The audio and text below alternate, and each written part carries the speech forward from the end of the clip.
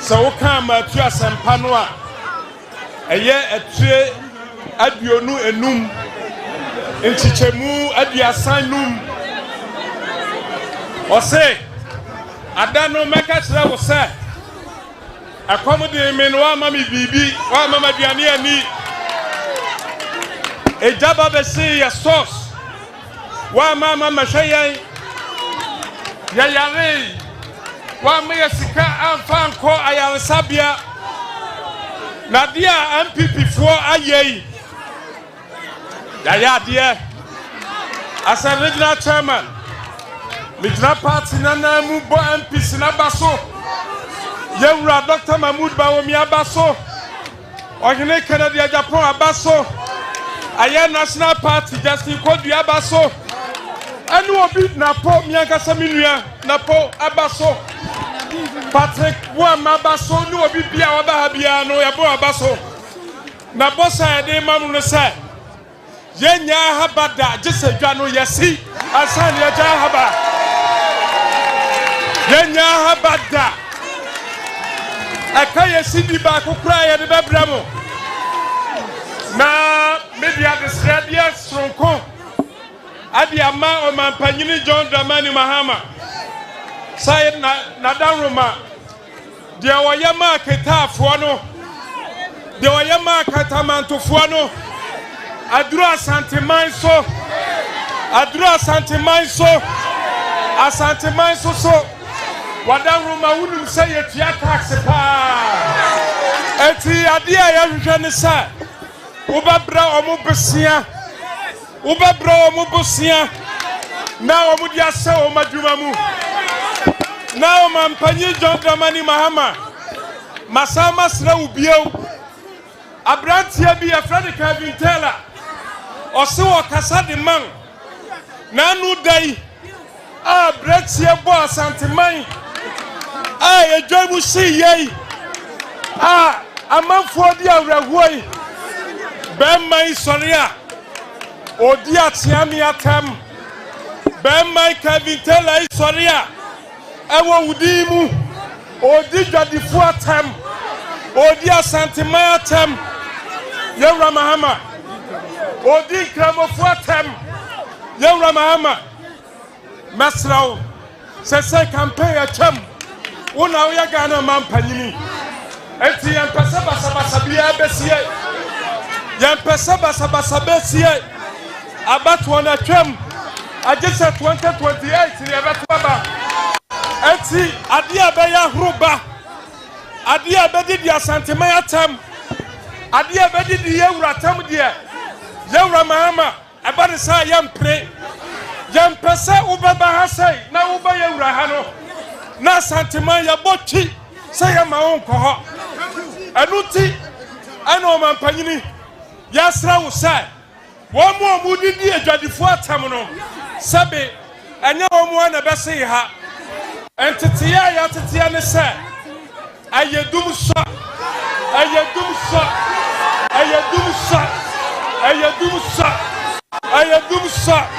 eti free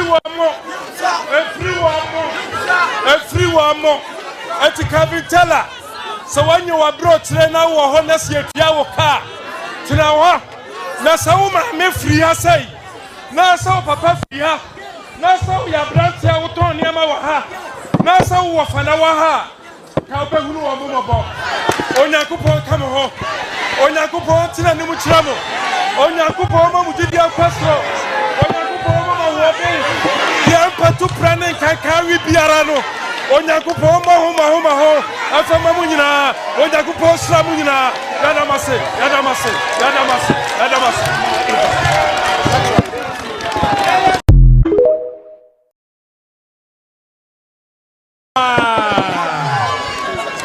na so come to asampanoa 101.3 and area ma yenni kan emawo aha na fei akwa bamura mpimu asie du nso yetimi esin konwa ya tena ase a ene baabi bia no ene obia etimi di na fidi ato eye wuntumi 101.3 Western Diamond Television no ene na enkomo a yesoi se ene free juada ekwa kosi fiada no miensa bo ayesi nkonya na yepeja saa enkomotwehwe no ewo dwumadi atudin Oman Mpuntuo so no na esese okai hunu se emra na so preko pe esanse ene ya yekasai se yeto abade ma Oman pani a na yetimi de Oman mutumi nyina no ehye pani ni nsa kai na hye no so se ene ye tumi ade ama no no ejuma ena esase wode tumi no eyo na enfie na echi no obesan so aba na so aba bebu akonta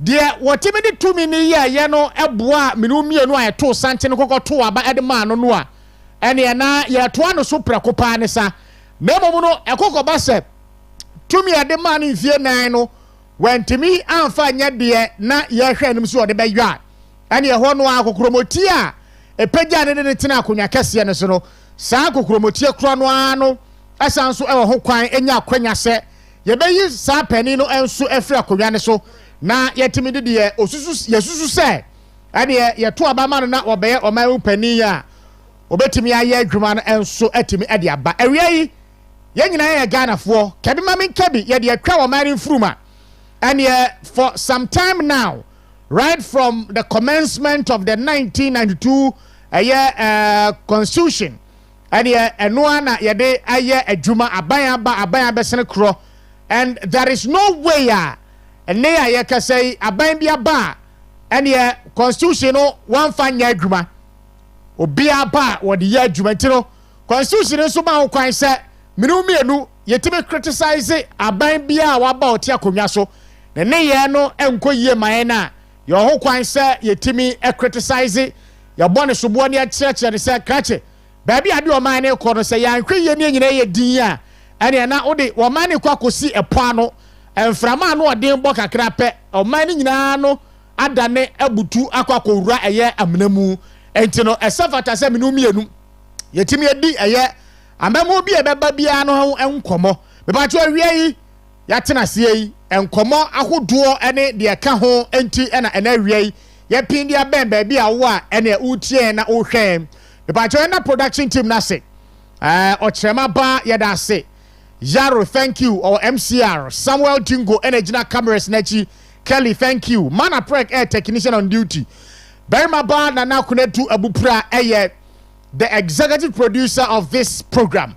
Midin Osikani Frimpong Manso and Monday, the 14th day of April 2025 in the year of our Lord. The party over joining conversation live on all our social media platforms and to know where TV that's here on Facebook Western Diamond Television on X formerly Twitter and so Western Diamond TV. I say TikTok on so Western Diamond TV. For WhatsApp and a text message for 0248 071 174 SO Ebra 0248 071 174 SO Ebra ebe kansa na yetimi ajibrani akenkan wo nsem ni nyina enso atimi ade ama me din Osikani Frimpong Manso frem kosi se no nsia bebo no yesra oke ho esanse enkoma ye die no abusua ehun behia me ehun behia ye to santene ekokoto aba eyi wo mamu panifo ede wo mamu tumi nyina no enso ehye empanifo ne nsa ntawiai ya mo ha ya sanso amawo akwaba bepachaw last Friday anumemu wona ene Accra free PURC ye can say adwumaku a wamo serve as an intermediary between the consumer and the electricity company of Ghana and Ghana Water Company Limited. Into the one there, one serve as a conduit between the producer of electricity and water and the consumer. Now, and create of the better mountain, so me pacho fatu sumame. Well, see, Dumua on the 3rd of May 2025, and next month. Ye di May Day we are first May no 2 days after the celebration of May Day dwumayefo nyina dano ene abanya wote so ese enyina monkane abo ene ensuo buo Ghana fo emomodin pass ye hwanim se ye de ebi eba beka ho entino enyina monkane abo no de ye expect ne se ene wo hamu abupen no edu 9 etiri po edioso enumu 14.75%.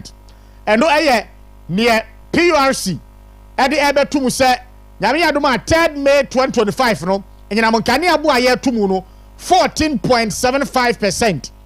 Anso a won se nsuo nso se yeto abuo no mu enti no effective May 3 no ano yeto enyina monkane abuo mu 14.75% no na yeto ensuo buo mu nso 4.02%.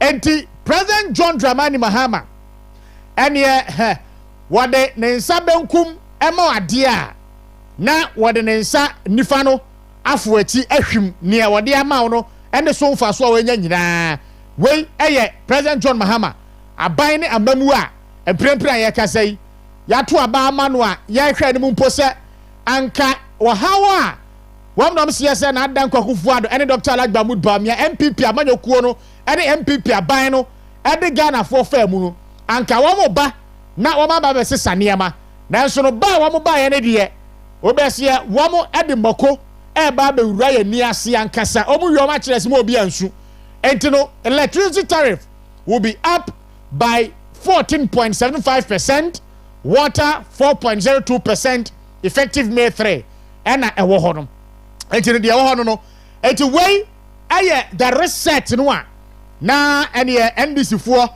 ebo emu enkomo reset agenda do a won so mba be reset oman mu niama nyina na sanse aban dada no etimi abomoden asai eye woman no ama enei ye humpo a ye hunu yasene mu entiro wo mo eba na wo mo aba be siesie oman no entiro de wo mo de abebomu eno no me ba chawo ye tin sawa do a NDC in opposition ekaye anytime wa na dan kwakufuado ene eye PRC ebeto enyina monkane ane ensuo bom bia omamu ase no yete nsam a the opposition the then opposition ekadifa entumu enyina monkane abo ane ensuo bu a aban na oteso no etumu MCR fa the current energy minister Honorable John Abdullah Jinapo e video no etumu mai be kai pa President Adanko Kufuado abreso ade PURC fo eto enyina monkane abo mu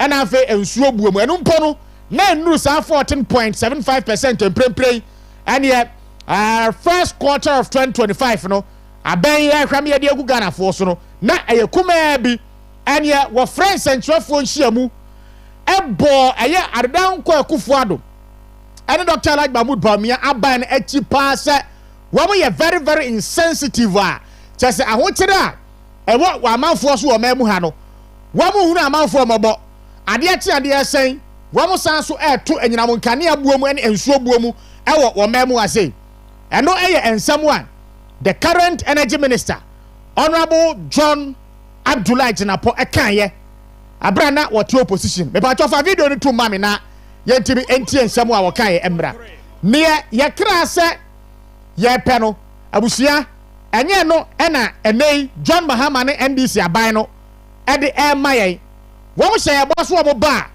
enyina monkane abo e beba famo wo mo de ade bi e friend 24-hour economy eba enti no wo subscribe to sa enye we me pa cho enye we mesraw enye we wo subscribe to the 24-hour economy a enyina monkane abo ene ye betete so de amaw wo the specialized meters eba a no ene unya bia na wo ye 24-hour economy no a ene enyina monkane a wo use nyina no will be subsidized enti de ye kra ye no ene ye kasai enye no na John Mahama ene NDC ede maye ne ye kra ye no enye no na wo mde maye me pa cha ko na ko check video ni mama wa me srew ko na ko check video ni mama na de yaro ye na wie me ne nye ho ko na ko check mama enye no na wo mo ede maye Honorable John Abujinapo ejira ne nan so amra se be fie friends and trefo nhia mu ehu aban dada na dapa eka ensem bebrenu a ede kire ne se we very very insensitive na aban a wote so a ahokire mapa enso atimi abegu Ghana fo so otu ani yira eto eye enyina monkanea ede ensuo buo mu ekire nie in opposition ne okaye enie government. There are reports of fuel rationing at the various pumps. And so this is economically, Jenapo alleges. And you know, go back to a video no. Na yenti ensemu to exacerbate and increase the burden. Ghanaians are going through excruciating poverty. Ghanaians are going through untold hardship.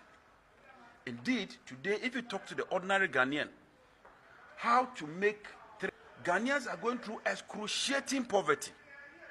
Ghanaians are going through untold hardship. Indeed, today, if you talk to the ordinary Ghanaian, how to make 3 square meals is a major challenge.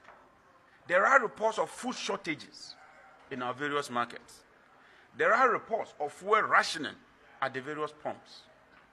And so this is not the time to exacerbate and increase the burden of the ordinary Ghanaian with such electricity hikes and tariffs. We call on civil society.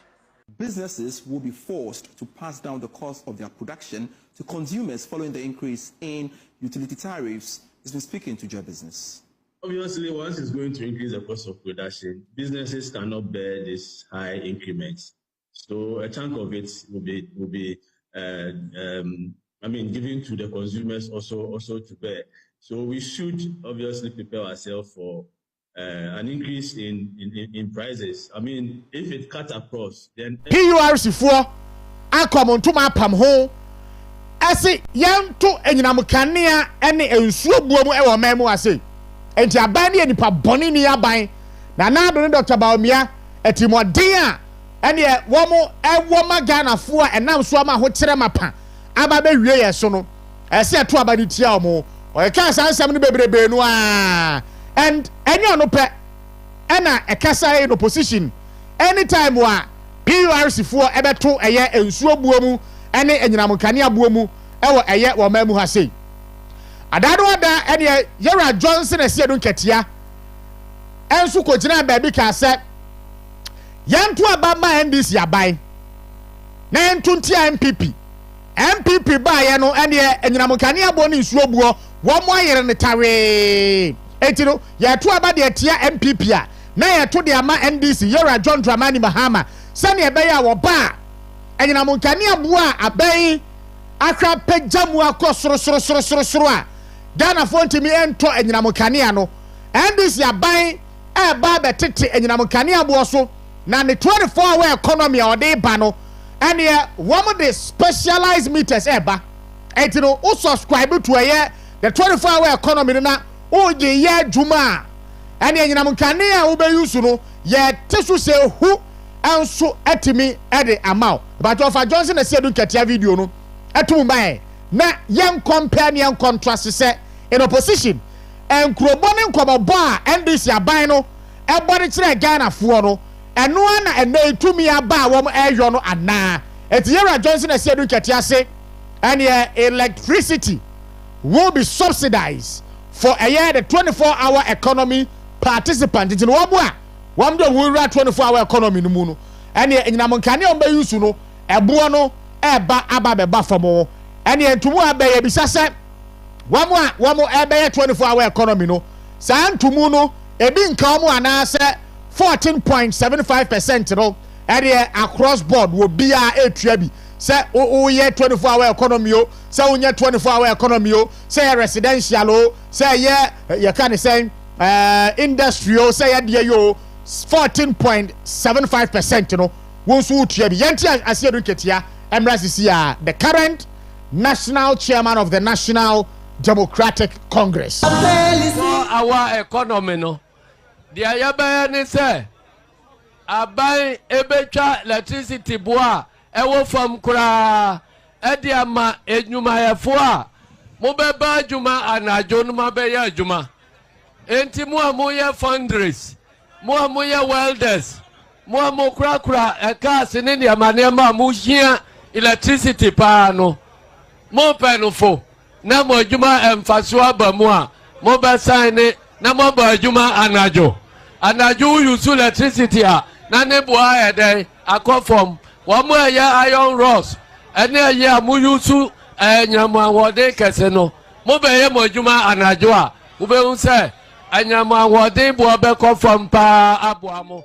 ama manya mfaso na mabru no so wo manya adwuma aye enti abana ntene a kyerɛkyerɛ 24-hour economy num na mujitum a eno eye game changer 24-hour economy no dia yabaya ni se aban ebetwa electricity boa ewo fam kura edi ama enyumayefo a mo beba adwuma anajo no mabeya adwuma entino o say the 24-hour economy no the game changer eba ama ene enyinamunkane aboɔ a adodanko akufo ado aban ne timu aden no ye within ya aban ti wa pagya nyinamunkane aboɔ mekɔ aba enei ene wo ye Ghana ni a utɔ kane a enche na asa no wa de wa 24-hour economy ni ba na o subscribe to sa particular policy no a enyinamunkane aboɔ ne de fofole fo ye fan form na watimi ayusu e de aye ne o de eyo ene ye bisan this ya ban se ne gwom kare kire Ghana fo in opposition no eno no mo ye ana 3 months nie na nka yenim se anka emprempren enyinamunkane aboɔ kra de anka ya teso de aba famo da so no bosome miensa nie ahokire mapapa a wo Ghana fo so nyina achi no NDC John Mahama ban se enyinamunkane aboɔ ye pajamu 14.75% na ensuo buo nso ya de akọ 4.02%. Anya bia no dumso no wo area etesen dumso no baby a wo senete na wo to kane a ebo odin nanso no enyinamunkane no kura nya de a wo nya bi mpo ayusu wasam e mo botu ensuo no mpo no chese emma enso ne ya yekasai John Mahama ban se ye to ensuo buo mu 4.02%. ye bi say when was the last time wa ensuo e flow ye through your tap aya sama ye bi say na awia yi say entumu ni beba and ye services na omde man no should be improved enti say wo to enyinamunkane abuo mu 14.75% by May 3 make sure say dumso a ewo baby wo memu ha nyira no e be do say 3rd May no na waso ano enye sa wo ne Ghana fo andi ni ye and of course ye me prefer say anya ade a John Mahama ene ne energy minister betimi aso dumso ano abra odi ntumu enso eba enti sa wo ntimi nso dumso ano na dumso gina mu na wo to enyinamunkane abuo mu a wo sa aban no wonya widi ni aban yey wo ntimi my ensuo flow through your tap na wo to ensuo buo mu 4.02% a wo timu odin yenya a way to qualify your actions and inactions.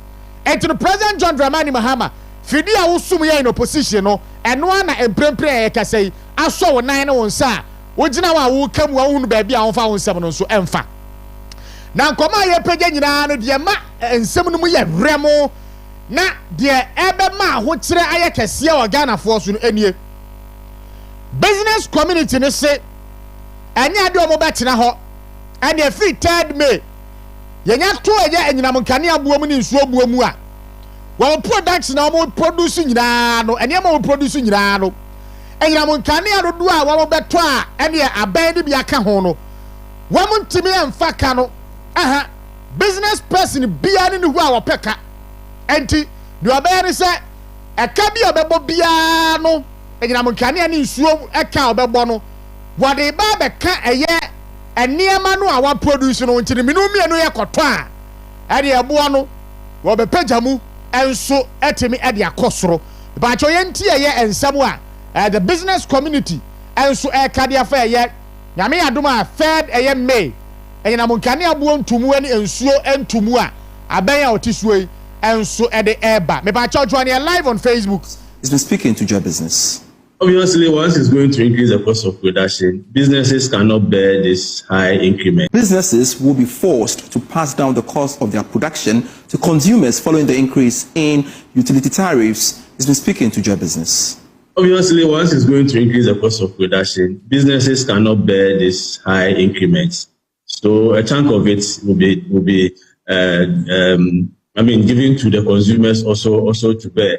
So we should obviously prepare ourselves for an increase in prices. I mean, if it cut across, then prices for every commodity is going to increase. That is not the fault of the business, not the fault of the producers. If you are increasing my cost of production, if I don't do something about it, it means my business also collapse.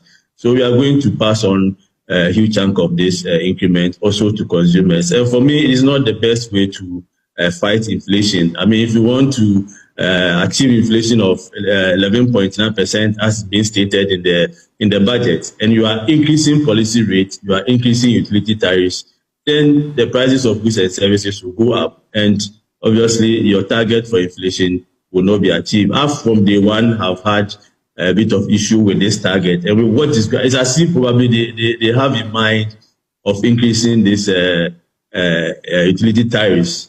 But I think that it will be extremely difficult for us to achieve the target that you have set for inflation, given that prices of goods and services are going to go up based on this increase in tariff. And it's not only electricity, it's water as well. Most of the businesses, they use both electricity and water.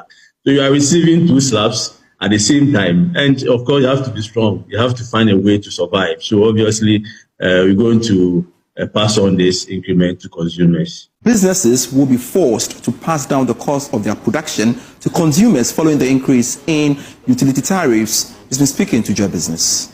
Obviously, once it's going to increase the cost of production, businesses cannot bear this. You know, I say, business person be a new one.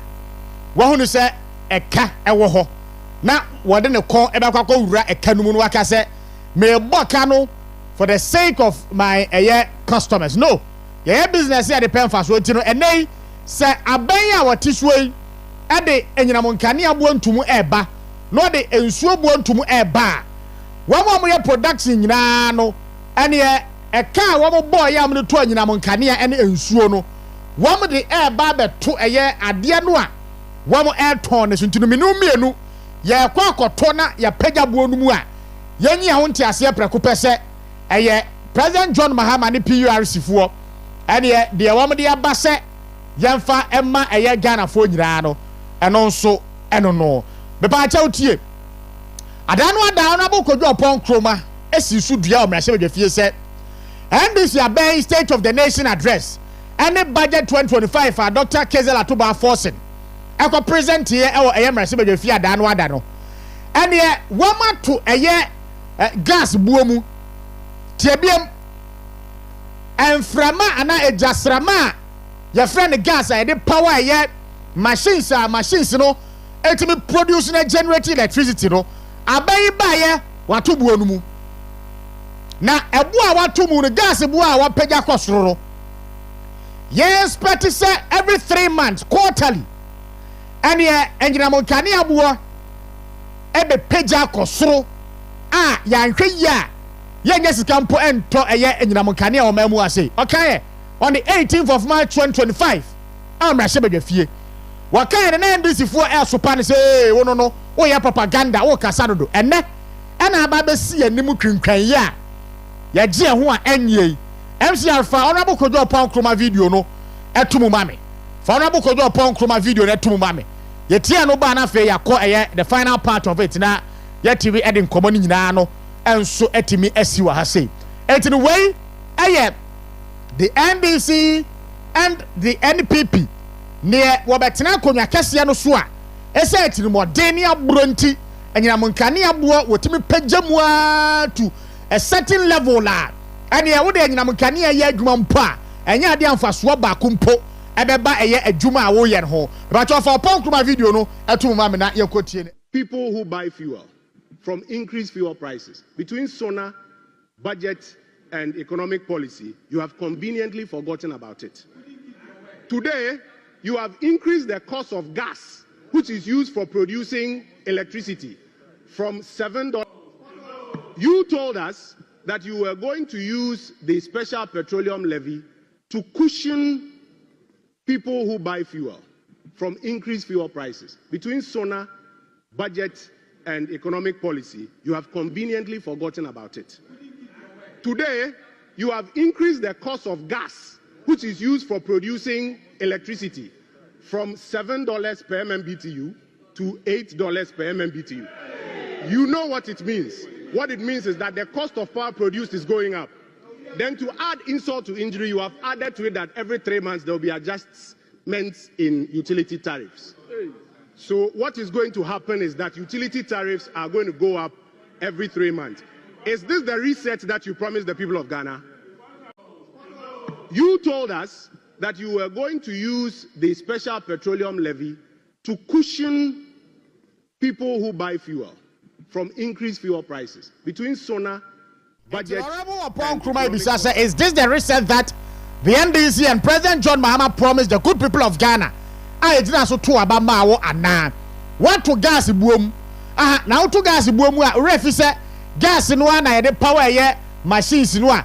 A TV and one in Moncani and Emma Yenya Bitono and I. At no 2 1 pet.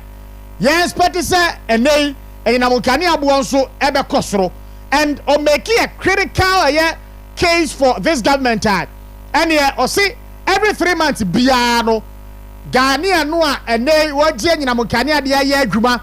Now what they Abo Brano and Namokania Bo every quarterly. You have a Pejabuanu and to the first quarter year 2025.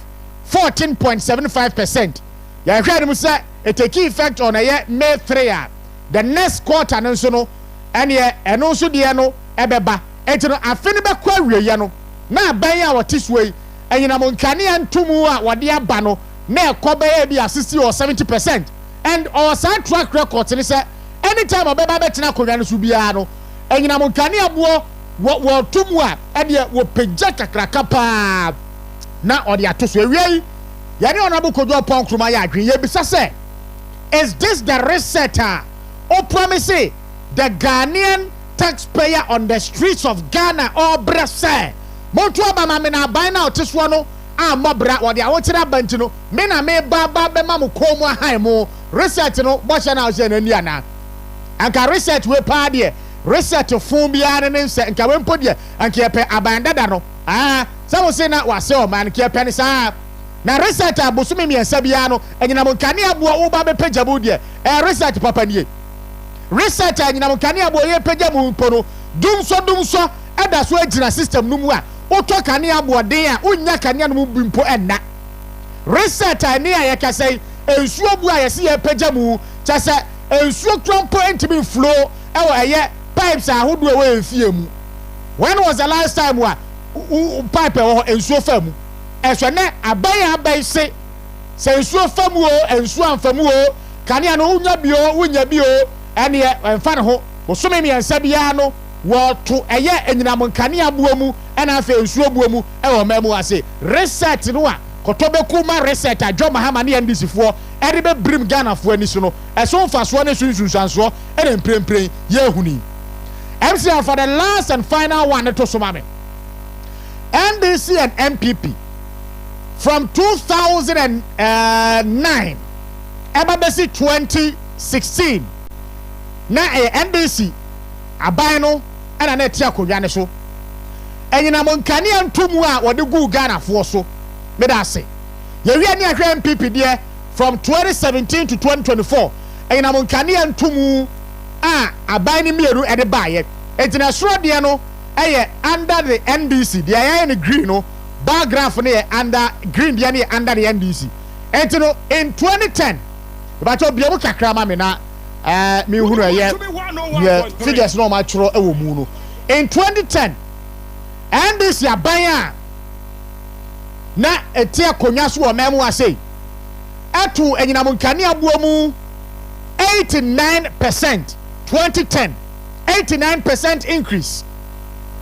Electricity tariffs under IMF pressure under the NDC, 89%. 2011, 10% increment.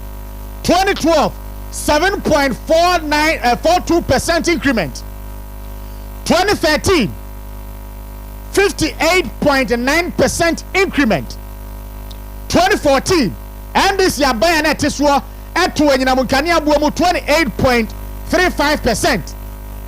2015 dumso ni jiremu no adwen bone aban mo hunu nipa mo insensitive government led by John Dramani Mahama akra Ghana fo ni mu kane ne kura ne nya binam enso watumu 90.93%. 2016 wɔto mu 10%. It is our 14.75% in the crowd. And their comedies, I shall see Mponie, Messia Fibe Quarry, and Obehunu, and Tumu or the Beba. And that was under the NDC. And to the Aya Canino, Yadika, as I say, anytime you remember Biano, and in Amunkania Boa, you're Tumu as in Yaya Green if you. I say 2018, under the MPP, 17.5% reduction, Tie, and you increase so 2018, I don't quite Kufuado, at the Amunkania Boa so 17.5%. It's on record, and I know say you are aware. 2019, and here Watumu 17.46%. 2020, 21, 22, NPP government did not increase electricity tariffs in this country. 2020, 2021, 2022. Yantuani na mukania buomu wa MWC under President Nana Addo Akufo-Addo. 2023, Watumu 51.02%. 2024 6.47%. Na NDC for agent ho yede de say 6.47% no wo mu hunu bi da aban na no otiso na adwempone aban ne timu adin kotobeku ma aban esansa ho kire ba na ho kire ba anka aban a odwira amanfo ho no wo betete niam abo so ezuwe dia ha anyamkane abo watu 6.47%. na the referee say 2018 what is so 17.5%. And you know, this is a data extra abani mienu. Wamaba konyaswa the rate at which wamu 20 na mkania buomu astronomically NDC ena enei wamu LED 90.8% 2015. Adi no. Yay. Adi no. We are here to speak truth to power. And found the outia bonti awoka. No kwere ni ya kaisan se abayani 2 million nyina de ama President John Dramani Mahama, and we are expecting him to deliver on his promises. 3 months in here Dokuno Buati say 3 months in here Baira Buati say 3 months in here Fam Buati say 3 months in here dollar to cedi relation anywhere no sign at here importers exporters munyina makama no atum munya nya atum suban na emuabo yafa han NC ohwe bread was some 39 minutes gone past 4. The digital secretary of our time, Yera Emmanuel Kwabla Tokonu, NPP Takoradi constituency secretary. Abakansa fiase. Wanona yeneni sinkonya na area iso. Yetimi edisa enkomo. If I WhatsApp and a text message, 0248 071 174. Yankwe na yemano aha na yansansuma na kwaba na yenhye enkomo twetwe no ase. Digital area ma aha. Yenua Osika. Me ba cho apombo ko de. Nyamena adumu ye papa. Na wo se. Yesu adom ye ho ye pa. The Ghana na security situation. We dem ye hwehwe no. Na nso ye bo modern de ye behwe na ye bo totasre Oman Mpuntuo John Dramani Mahama. Na obehwe na no position na woto abama na as the commander in chief of the Ghana Armed Forces no. Obobo modern na wa hwe security situation in the country no. With improvement abe. Right. Apart from that, Osika, metapo MPP Takoradi so de yetapo papa. Yeah, member of parliament. Them a parliament were recessing. Also our Takoradi obe start china obe media engagement kakra. Na wa visit nkofubia wobo ya me yetumi yasan wini en seat. Na minjine fredo na minchia the MPP in the region. Na minchia MP kura wadana kano oye honorable lawyer Isaac Buama na minchia oye me constituency executives nya Osika America's yard anope na mete de yembreda abu uko general manager abu I'm my friend Abu the wrestler. That's right. No, wrestler no. Mama here I don't know konuma na chere. Ano for meeting no. TC this one. Ya mompire ya mompire sunkwa na. Asembesi. Abu ya mo awoda pa. Afisi se na nyame na adom etinkwam. Amen. E wa hoden sonko. Eye adwuma enye sika edohwe ho de bi hwe webusuafo ma bi ka wanyankofo. Amen. Ma wo nyamesom so we tumpon ma inde wanam awo na wunu animo wo wontumi radio na oye Western Diamond TV no wenjuma pa nti na media yi wata Western region no wa be number 1 nti Osika maaba mishewunsim yendi nkomo President John Mahama didn't took akonya issue 3 months near some weeks, I think in a week. Send a near matie ye de eno eye enianimu send a near matie dear original position our candidate Ghana for ye gina so to abama no sa pepe is see on the right track and as were deviated totally.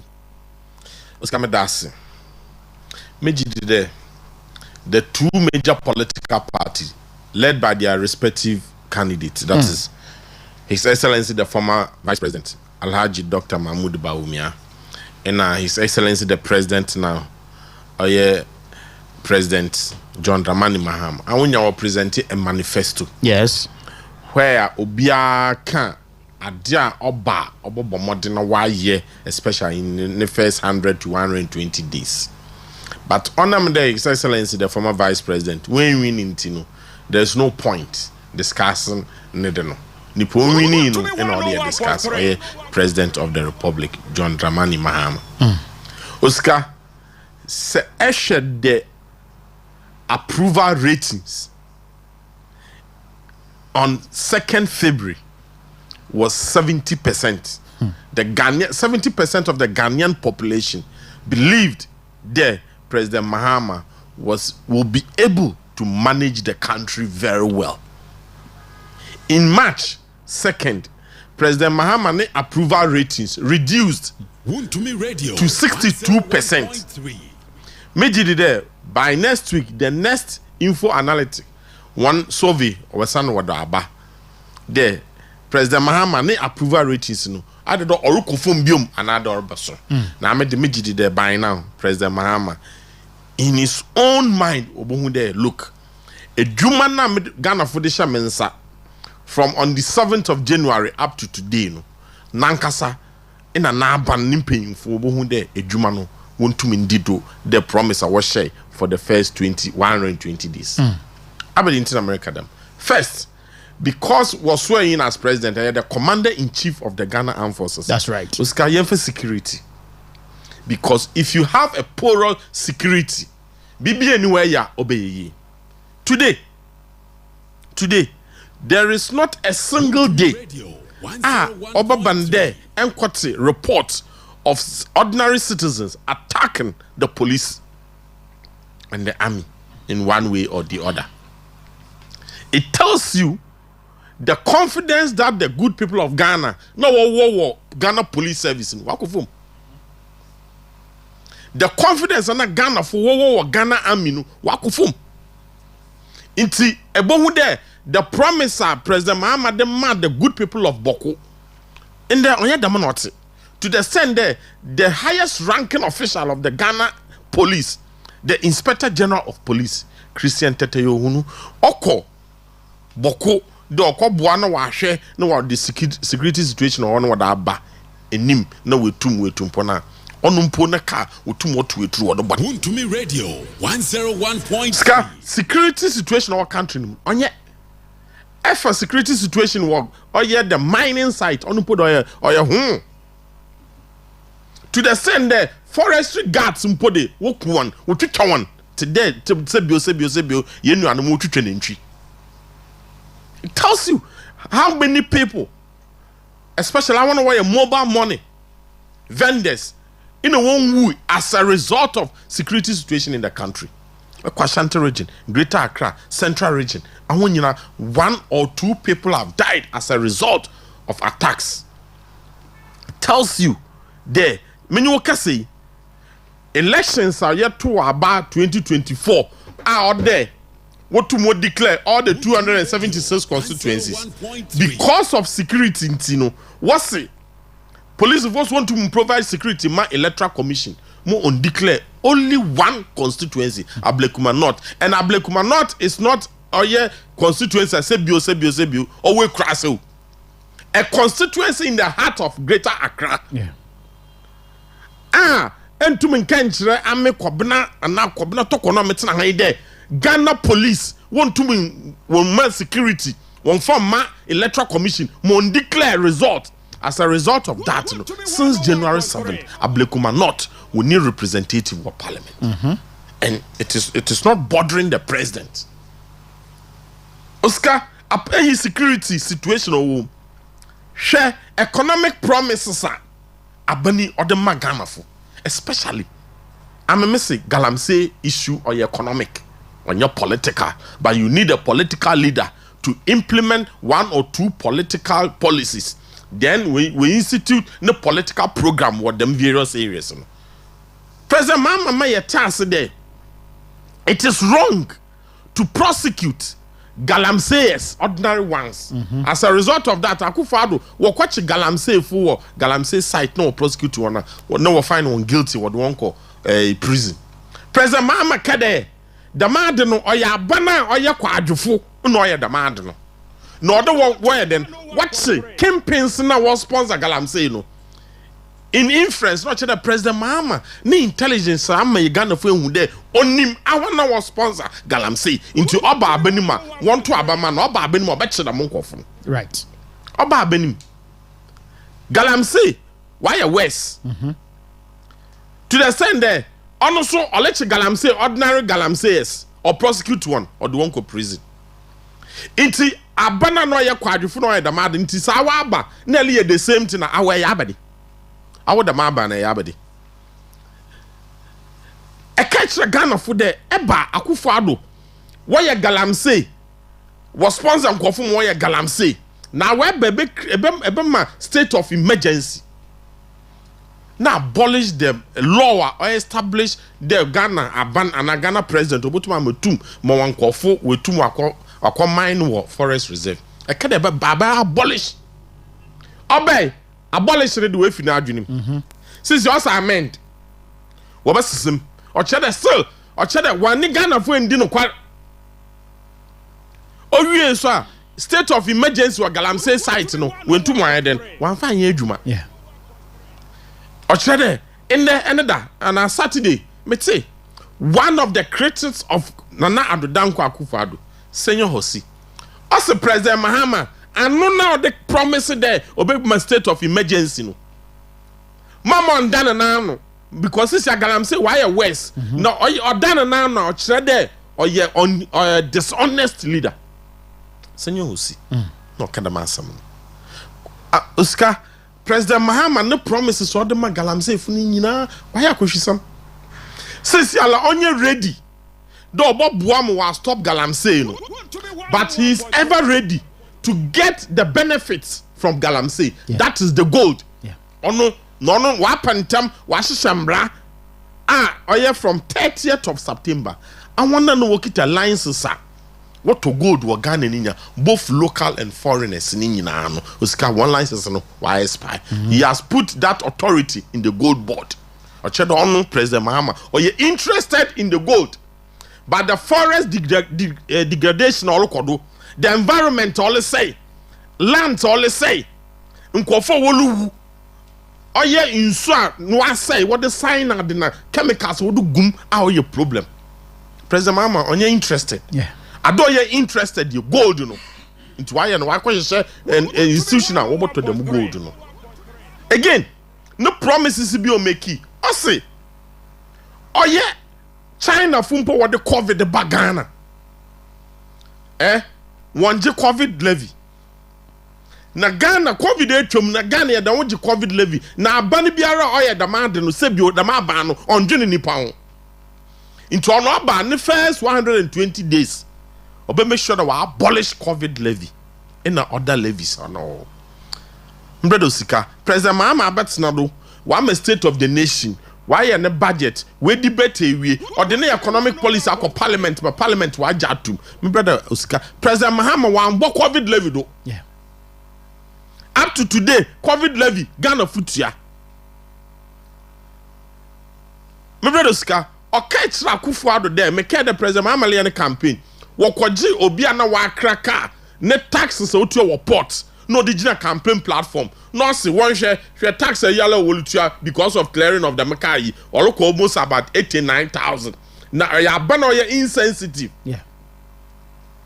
And all them taxes no abolish special import levy. That's right. I promise it. Yes. No, abolish. In the President Mahama once they will increase special import levy. No. And this can only happen when you have a dishonest leader. Leader on your honest to no promises or make it. Because oya there she said there ebe now so obe went to moye. Yeah. And owie no so the first 120 days our position in January 2024 on my joy online. I say oba he will make sure the electricity will be cheap. Electricity Ghanaians will be cheap what I'm a Ghanaians to the extent there or your power will also be reliable to Ghanaians.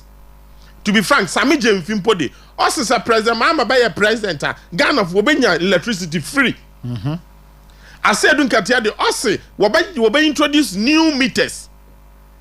Now I will be able to subscribe to the 24-hour economy. No, I will the electricity bill no why then what so no need to my juma 24 hours. Mbedo sika obey. And now, just last weekend, PURC, what that to go there, President Mahama will increase electricity 14.5% to 14.75%. To be frank, Akufo-Addo in 2024, or increase electricity by 5 point something percent. Next spokesperson for energy, John Jenapo, also Akufo-Addo is insensitive. Yeah. No, also the accusation economic policies are Ghana for one to increase electricity by 5%. No, say Bionyan Senim. In the President Mahama, in an energy minister, the same person, we increase electricity by 14.75%. Ono dama ban or sensitive. First quarter, and since you know, in cry just saying that by September, increase of Abano it will be more than. And I am a daughter, a book would do upon in Kroma, a brand or ye budget debate, or one day. The man dear what I should be one gas, the cost of gas for production of electricity or Bokoso. Yes. And Paso. No, but what the question or ye IMF. Now, so IMF, one may you there look, IMF policy be what the ban. It is either you accept it or reject it and give them an alternative. Now, Danko Akufo-Addo that Mahmoud Bawumia me there. You can be under an IMF program and still reject any offer from the IMF. That's right. Because 2017, now President Mahama or the IMF in 2014, Akufo-Addo be the first year we increase electricity. To be frank, the second year or reduce electricity by 17%. In other words, 2 years Akufo-Addo will increase electricity. We were all under IMF program. Akufo-Addo ni 8 years cumulatively. He increased electricity by 92%. President Mahama, the first 4 years, or increase the Atamos Mahama Duboma, we increase electricity by 292%, almost 300%. Internet electricity, 1,000 cedis a month, about 3,000. That was how President Mahama on the Enroko. Since he promised, 24-hour economy. Policy numpa, oba prepare no wada parliament na parliament we debate no waja atum numpo onye ready. Meanwhile, a set committee, 21-man committee, to put up that policy together up to today. 1 year more to wada parliament impo. Inti for the whole year, economic 24-hour policy is yamutu. It was the first 3 months today, colony President Mahama, the performance or your business. Okay. Were you expecting an increase in a year utility tariffs? Oscar, based on the promises of President Mahama Omeki, now me expected the on the Obampa and electricity at least first year only increasing. And based on Nankasa, apart from Nankasa, ne officials and communicators of the NDC, man, need to increase electricity, but on prepare the budget, portion to be and one Nankasa, even though prices of gas were world market on cost, and one Nankasa we increase gas, ampa President Mahama, he has an intention because he increased gas a year. Electricity company will use gas. An independent power producer. Gas no use no more because this year Ghana terminal plant no or doorsourcing or a hydro. Yes. So we'll use gas there. No, electricity will automatically go up. In 2021, the electricity work of 14.75%. Just this year, IIS. Look, a small number of people which are betting tax no would 10% on their winnings. President Mahama say on the Nyanseni into them confunding one call off. Now the whole Ghana would electricity 14.75%. That is the government we find ourselves. In time, President Mahama is on record as to be the only president. Our ultimate platform no catch Ghana for the. I am politician in the area campaigner. Ya baleta kakra, ni aka no kwa kakra. Or he can lie to the good people of this country and later wa turn no. He can tell the truth and later wa turn no. Okay, catch a bokufu there. Bokufu, one to abamam. Now do when you NDC for the power boku wonya asomdwe. In the boku or asomdwe. To the extent that after 90 days, oba power. Wako boku only for 3 hours. Wako boku for only for 3 hours. After leaving Boko in more than a month and a half ago, the conflict in Boko has escalated. To the extent that IG Pimpokwa Ogan telling you there, look, you can make all the noise in opposition, but when you come to power, when the authority of the state is given to you, or a different ball game, and I mean, Boko Adolo Kodono, Osika, Onyamwamu, share President Mahama about power, and him there almost about 60 senior officers of the Ghana Army. I want the automatic walk pension. Yes, yeah. Oh, it's a 4-star, no CDS, a 4-star, at least. I want to ask him a 3-star, 2-star, 1-star. President Mahama, while point to be a Nokita 1-star, Brigadier General, no I be CDS. Into automatic, I want to look at a 2-star, I want to look at a 3-star, I want to look at a 4-star, Obiako pension. Including all the, I want to know where Brigadier General, where a 1-star, no? Because in the army, no, where you CDS, you should not have a mate in the army, so that you can have. Tell me, Osika. So President Mahama want to mean for a 4-star for Numpo Nyejuma, CDS, Chief of Army Staff, what about a 3-star? I want to what experience. What experience what Boko conflict? Since you are 1-star, no what about your 4-star? 1 go 2, 1 go 3, what jumping? I'm not very sure there. The 1-star brigade, what from the CCR, the Chief of Defense Staff, he knows in total the inner operations of Boko. I'm very sure he doesn't know because CDS what the army local Boko to resolve conflict in Ado. Didn't for 1-star. At least 1 for Kraba for 2-star and 3-star. In other words, the chief of defense staff of CCR Ohono, the inner operations in them areas na didn't only. Only because president because of one stroke, one pension the mukofuni and you know sika compensation what the mama the mukofunu. Obi wa work 6 years no work pension. Obi wa work 5 years no work pension. To be frank, I want to work if you no international assignment. Automatically I'm going to work pension into other worry draw one. Other worry draw one. And actually the compensation or the mama one. Oscar obotumesi housing unit of the Ghana Army more than 25. So was this what the miskin now what I'm on the one continue fee. Abra under retirement age. Just because the president why not doing the mukofuni the muntumi 1 year juma. But Akufo-Addo obe why the madano.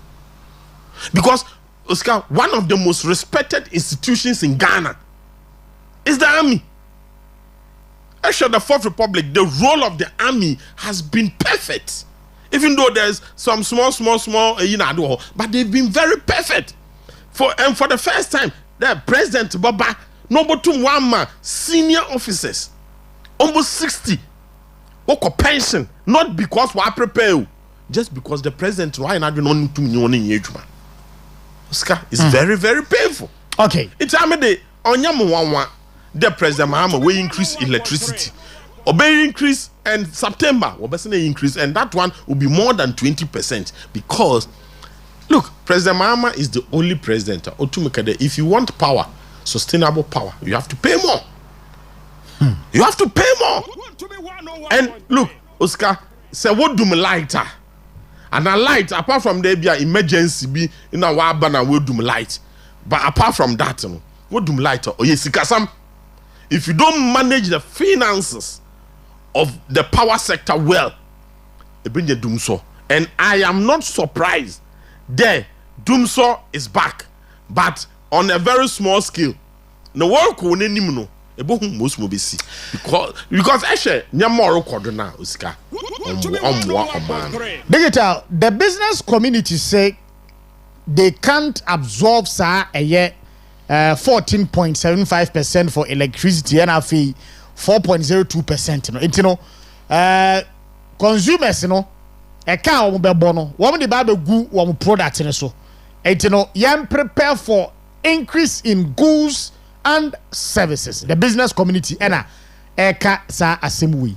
That same way, me tia me yam Oscar, but that is the truth. And Dr. Mahmoud Baumia, I believe it's in October 9th or October 19th. Made it clear there are no policies in the programs no adrebano. About one business community no wa than what President Mahama, then candidate Mahama, or proposing. But business community no, the Ghana men no, they relied on the lies of the NDC. What the one akuma could do akoshi samno. And the sisi akoshi samno wa baba hate one. And Oscar businessman be a new wa at the taxes and now at the about to tunyamim at the man ono aba absorb. He will give it back to the public, and the public will pay. Since you have electricity work also, hotel bill obo water automatic okoso water obokoso food obokoso transportation obokoso. Let me tell you, by mid of May we increase transport fare, we increase food prices obokoso. Today I was shocked there at one kenke joint the obodokun 8 cities. Obodokun 8 cities. I'm surprised. Already cement is around 120. Yeah. Within the second Takoradi enclave. Other areas are there not inside that. It be 150 Ghana. And with this increment, automatic the cement price will go up again. Iron rods is going up. Yeah. Some are catching there. This second quarter, people should expect prices of goods and services to increase because government is going to make bullet payments. Bullet payment. This is how many can say. Minimum there, National Health Insurance Scheme and our authority. They've made payment to the service providers and expect that some of them will have to pay some in Drubin other worker and they will need dollars. And when they do that, dollar obey them obokufum. Dollar dollar bokosor ne cedi wakufum. Okay. And this will affect goods and services. So for me, I'm a President Mahama. The only credit he had in the first 3-4 months is the speed that Parliament assisted him to pass his ministers. Okay. Because in the Fourth Republic, this is the only government in less than a month. Now, some of the ministers, they've been passed by Parliament because Parliament gave them a waiver. Some of them, otherwise, security checks and I know or Parliament will publish when it didn't. Newspaper obi so obi wa assembly nominee bi ho odaba Parliament what the madin na wo bogui no 1 year until normal passing it. Apart from that, for me, I don't see any significant policy we make because almost everything we're turning upside down. Look, they promised the Ghanaian people there double track by this month ending. Cancel today. The education minister said, no, want to me here, 2027. Tell me, the double track system came into existence between 2018-2019 academic year. That's right. The second year of the free SHS. Minister by 7 years to 8 years, double track system will phase out. Yeah. Add 8 years to 2018. Oh yeah, 2026. Yeah. But the education minister got 2027 because all the major educational infrastructure no why stop? Yeah. Well, so stop there. No, this year you will not have any major educational infrastructure. Now the government, what a syndicated loan. No, what they get fund, what do you say? No way, Oscar, up a time, and now what be a tender. My companies will express interest. No we tender, no award contract, and send a contractor no work site, no work start a juma. And the education infrastructure, the minimum is 2 years. It's 2026, 2027, and send what you sit down. And what's it down also? You should consider the number of people are well past BC, whatever. Yes. So it's a continuous something. It is a vigorous infrastructure development into. And I'm not surprised they are all backtracking on most of the promises that we're making. Okay. That was the Digital Secretary, Emmanuel Kwabla Toko. No problem. It's only 6 minutes gone past 5 for her. Hey, want to me radio 101.3. Oman Mpuntuo Jumedi Esu Eni.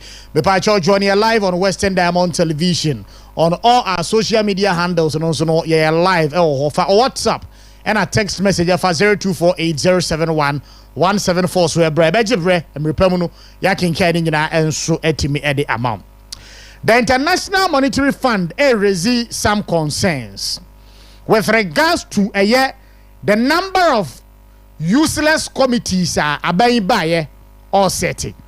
Or say by law no any sa committees no setting no your institutions no bodies wo wa wo necessary wo yes adwuma no entino adentina sa institutions no ho sa bodies no ho na abayi awa bayi esanso set up sa unnecessary useless committees digital the IMF okay. I will say, Oscar, the Massimi, I am poor. You said you young economics. You get a professor Yinadi. You can't Massimo studio. Yes. At a point, we lost count of the number of committees are Abani was it. Yeah. Almost every ministry there is a committee. Almost most of the serious economic state institutions like ECG, VRA, Ghana Gas, almost all of them, they have one committee or the other. Yeah. To be frank, there were some ministry were about 3 committees. President Nankasani office was set a committee for 24-hour economy. Why? Because the truth of the matter is, Oscar, President Mahama Osikani Ghanaians on the promise the Oba obey reduced number of ministers. No, or reduced number of ministers. No, why should that now a Juman Poa, your existing state institution, or the Oyano? No, why should that said committee the 1 year? Oscar, tell me, the economic dialogue no what was the purpose? Committee or Dr. Ishmael Jansen or Dano. What was the purpose? You get all the economic indices, data. So only IMF or World Bank so only World Bank or Bank of Ghana. So only Bank of Ghana or Ministry of Finance. So only Ministry of Statistical Service. All the data was there. But because of cheap political and public identity or probably bibi mo hu de Ghana fu hu de wori adwuma to was set economic dialogue. To be frank, was set a committee to determine the double tracks impo yebotumi aiden yetwado. Ministry of Energy was set a committee by 3. ECG was set committee by 2. Since I mean okay say ECG wo committee a wo hwehwe containers a why you Ghana port.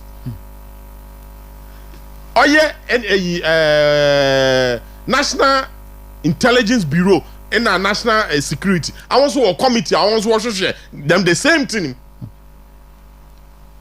Almost everything committee and IMF when would they look? That is where the money is being siphoned. That is where the money is being siphoned. Bonjinapo what to oil. Obi aye minister for power da.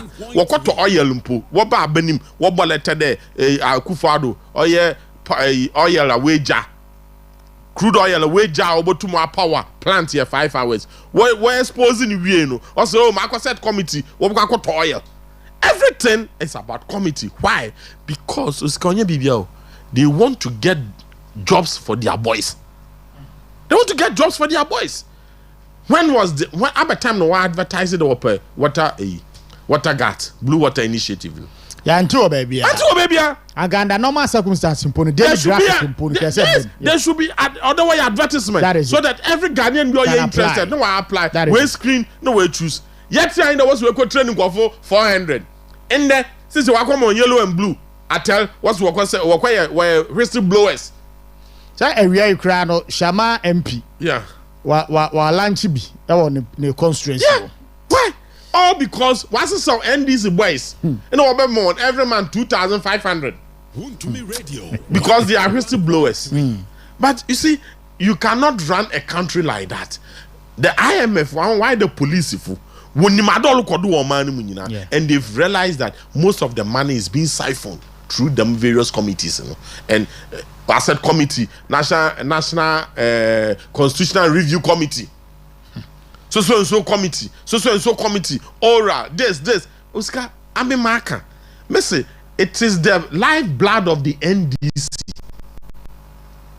to do that, and at the end of the day, no, on 2 years, the Sika was siphoned through those committees, Sika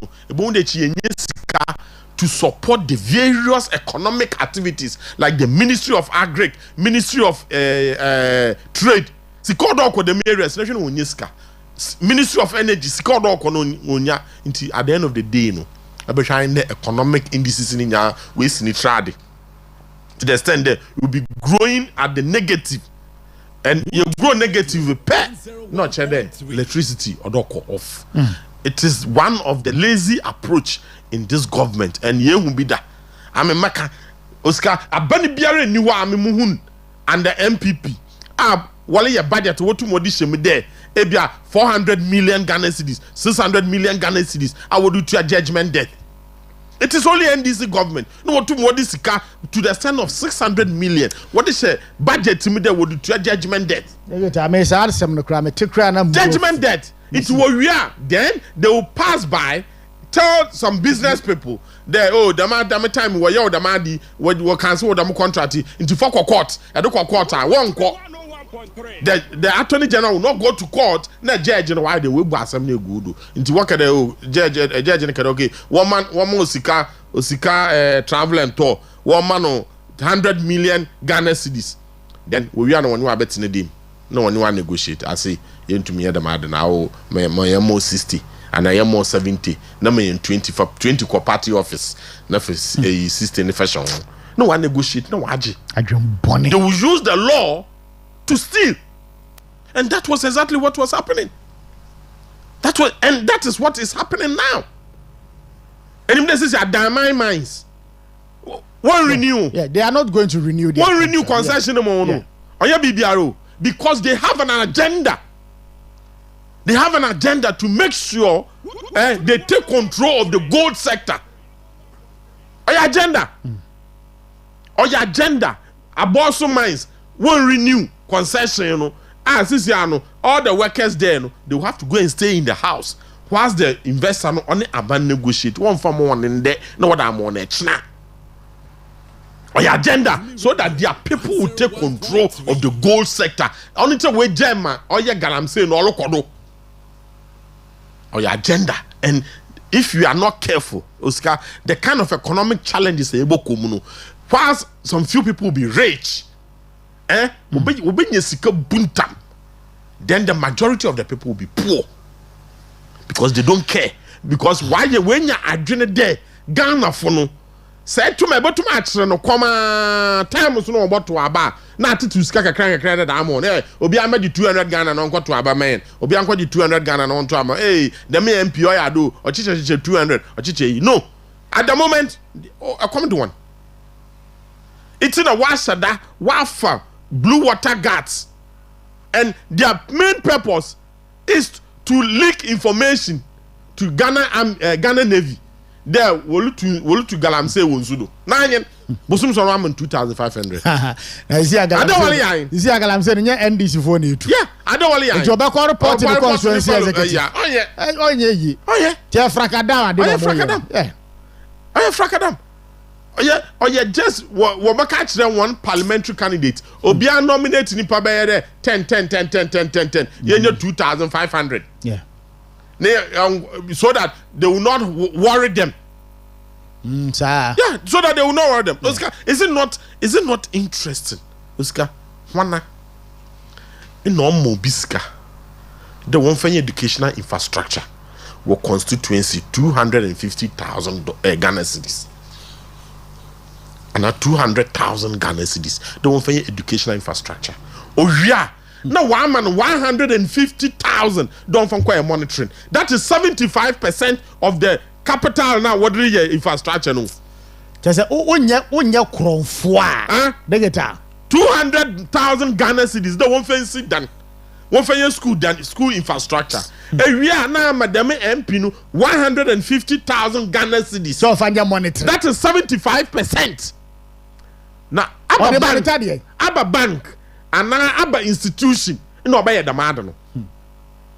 Why do we do this to ourselves?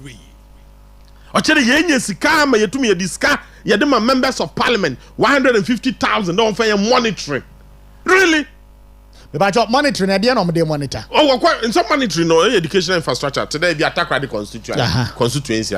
Actually, MP no other rounds. Of course, a Juma ordered 200,000 or 200,000. Oscar, do you know the price for 1 ton of iron rod? 200,000. No, 200,000. On to me see 1 classroom block. Today, 6 classroom unit, 6 unit classroom. It's almost about 1 million Ghana cedis. Yeah, 1 million. Name a member of parliament 200,000. There won't find educational infrastructure. And Takoradi, I mean educational infrastructure 200,000. No, somebody.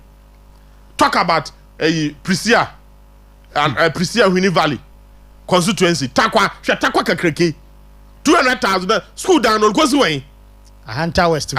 School down on Kwasiway. Shama 3 unit classroom block grounds. Yeah, that's the member of parliament. 150,000. The on from quiet monitoring. Why? Because President Mama, members of parliament, they are not going to parliament. Most of them, one expectation has been cut short. When would they are? And would they A+ or complainer? Yes. Kwame Asari or Ben A+. He's complaining. What's the time on your member of parliament? No business or you no run. A day on your profit of about 30,000. Since on your time in your demand, no monthly salary 15,000. Oh, who the reason why? Why? Who be man? He's disappointed. He's disappointed and take the NDC MPs. Since you're MP, what salary and what allowance, certain allowance benefit. So this government, like I said, will lose focus. They don't know what they are doing. On internet, now we'll use BNI and NIB to chase people. Today, it will be rest well in watching call. NIB. No. What is this? Security. For the past 3 months, they be able to say, hey, give to your worry. Where the National Service for Onska? How many months? How many months? How many one charging to court? None of them. Why? Because with Frida they can use those negative to run propaganda against the country. Okay. And dumb propaganda at a point, a common the war, Obiniska will be on or you're on an abandon one answer. That's right. Obialan Cadets will be a USC Mama ban on Tatana on prosecuting. But Edmond or no by your front banner, nobody is interested. We are interested in good health, good education, food available 3 times a day, good roads. All right. There are man by your cocaine country. Where people come into the country. Now, national security, what's the watch cocaine? $350 million. What's the cocaine? $150 million. Watch gold in the Sika dollars, cities in 20 feet container, 12, 20 feet container.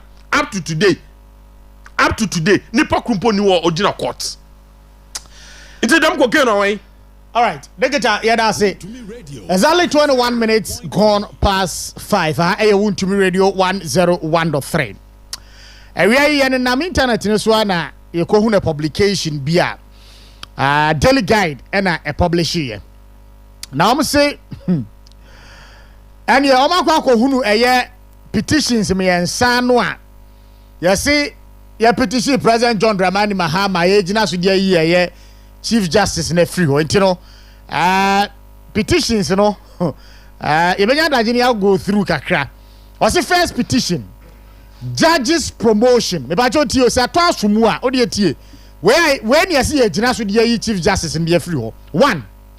The first petition filed by a group calling itself Shining Stars of Ghana on February 14, 2023 is calling on President Mahama to sack Chief Justice Tokonu because she requested former President Adanko Akufo-Addo to promote 5 judges to the Supreme Court in May 2024. The group contends that the proposal by the Chief Justice to promote the judges was in breach of Article 144 of the 1992 Constitution, with particular reference to Article 144 Clause 2, which states that, quote, Supreme Court justices shall be appointed by the President, acting on the advice of the Judicial Council in consultation with the Council of State and with the approval of Parliament, unquote.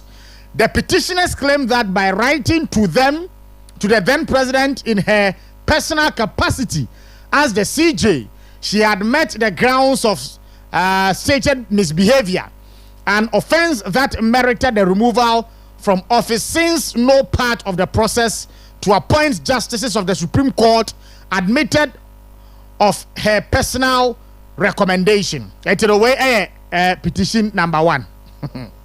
Second petition, settling scores. Or say the second petition filed by a senior police officer and a lawyer appears to be an attempt to get at the CJ for scolding him during a case in which he made an appearance before the Supreme Court in November 2023 and was humbled by the court. Third petition here, I say 21 instances. The third petition filed by a Ghanaian citizen alleges 21 instances of misbehavior on the part of the CJ and 4 counts of incompetence, which must necessitate the removal of the Chief Justice Tokonu by President Mahama. It alleges, among others, that the Chief Justice allegedly used 261,890 Ghana cedis of public funds for her private foreign travel in 2023 with her husband and daughter, who were not entitled to such benefits. They also spent $30,000 of public funds as per diem on the trip. It further claims that in the same 2023, her ladyship misappropriated 75,580 Ghana cedis on another trip with her husband to Arusha, Tanzania. Okay, where she also spent $14,000 of accountable interest, which she failed to account for. And you know, digital. Petitioners, you know, Suswan Pasa, Womanina Swania, at the end of prompted President John Mahama to act on these quote and unquote bogus petitions. Well, at the end, Oscar. What is this? Chief Justice Gertrude Araba Isaba Tokonu. I'm my friend Auntie Araba. No, I'm the friend. Auntie Araba. 101.3. Yeba moko se. Osane there. We Juma aye so many years as a judge. Wa High Court na Bani Supreme Court. Various governments, both NDC and MPP, and finally under Nana Addo Dankwa Akufo-Addo, who promote you Court of Appeal no one oba oye Supreme Court and finally abeye Chief Justice. Dema wankasa anti-Araba wankasa ekan embra onim MPP embra onim NDC embra nim Ghana ni na asam no wodoboto a wotete ni nyina awia na wa ahwe embra no na wodedi. Sometimes you go against you, some go for you. Na okoma wa na oye wode okotie wa na wa ye denede ebeji ato no ska samekai 2013 oye elections petition in a final outcome on August 29th 28th or 29th. No what did less than 3 minutes Justice Atukuba odi no rule in wie na me hwe the quickest response from the then candidate Akufo-Addo in a brother oye Jake Okanta Obetebi Lamte, may he so rest in peace. And now oye ne brother Kakraba oye Dr. Mahmoud Bawumia na most mo ojitum o se asama court aka ni nyina no me no wane nya adwen nanso ma ajatum. President Mahama ever since okwa court 2020 or the election on so year election petition now what ti asem ni nyina wo wie no wakade na asem o de be ni nyina no na nkasem po anfa evidence one mpo anfa amba nti asem no bogui no wo susu dam ebare no wo de hye woni ntrim as a political party there ekwani bia wo baba power na wo ba power Justice Tokon will be make sure that why then we jinefio was can no adwuma na no ho ada no wore ye no oye bibiara oye bar a wo de hye woni ntrim no wo ye but am de bia meka missy ekono se wanka se ehunu kwa nyame nku bi mo ekono oye nyame no ko Justice Tokon no kono oye nyankopon no ko dem ma what try it petition say kinkani e be first person ordinary no do koma Akufo-Addo na Akufo-Addo the man oye Council of State what's na do led by the venerable Okujato lawyer Okujato what's na do we ya wo bogui yalehwe. But in my own conviction I believe that President Mahama he's only reacting to the hawks in NDC. Most of the doves in MDC, they are not happy about this. Yeah. They are not happy. It will become the first in the history of all democratic governance in almost all the world.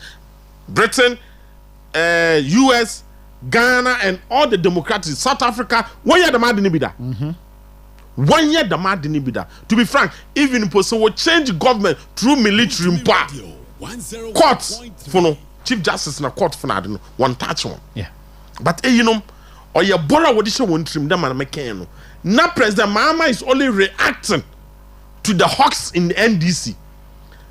Only thing na assassin one for petition ni be one for copy one for Justice Tokon. Only to one year the madam. But you see, Ghana Hamaka Osika democracy near practice no. Sisi into fe bibia amfa haido. Okwa bopoi. To me radio 10. Nti Justice Tokon no hu no na otwore no wo ba na copy. Send media houses na nya copy ni bia. No we hu the content of the petitioner. It is good. Na me minimi there President Mahama Council of State they will advise him responsibly. Even though minimi there NDC no they will advise him responsibly. I am a doctor that just talk on why then one my response and they will factor into that decision. It is also a trick the Wobenya stand na go just talk on before what day in Kofa one no where the one were previous administration what the one court because they are expecting what the new justice what the Chief Justice what the number now I established them regional tribunals so that they will forgo the normal high courts I don't know no we use the regional tribunals no what I try oh yeah the previous administration but I'm a marker missy what to abamo Osika what to abamo ne be a leader in any field there will be competing information. Na say awo anya careful na etey wrong information na the implementer ebinya no nsusu ando ababawo do. Yeah. Depi ameka mbetena ameka there, even as constituency secretary, if I tell you the kind of things that people tell me and the action that they want me to take, no, this voice is the voice that will lead me into destruction. So I will just be silent on it. President Mahama, it is not the wish of any MPP member to let your government fail. But if you are not careful and listen to vampires, the hawks in your party, you will drain yourself. The judiciary is a sacrosanct institution. Even though they have their own mistakes, men try because they will bring you down. There's a judiciary, Oscar, I tell you, they will bring you down. They will bring you down. And the statement from the Chief Justice, Nancy or Kansembi, you know, also that the law is law. The law is the law. It doesn't matter where it falls. It is the law. And she does not believe that Ghana as a society want a Chief Justice who will bend the law. Oscar, Missy, from a pemping group people dia man from court. Or to them man, police in lawyer in third petitioner no. Police in lawyer in no. Okoye nya was Supreme Court. Mu wo twiw nanim. No what no court to cells for 2 hours no. Almost one jina damade no do. Yeah, for Chief Justice in Frio. Ni we free there Supreme Court under Justice Atukuba wo the binim go to prison from his behavior. Agro ye ni super power how. Under the same Supreme Court Supreme Court no.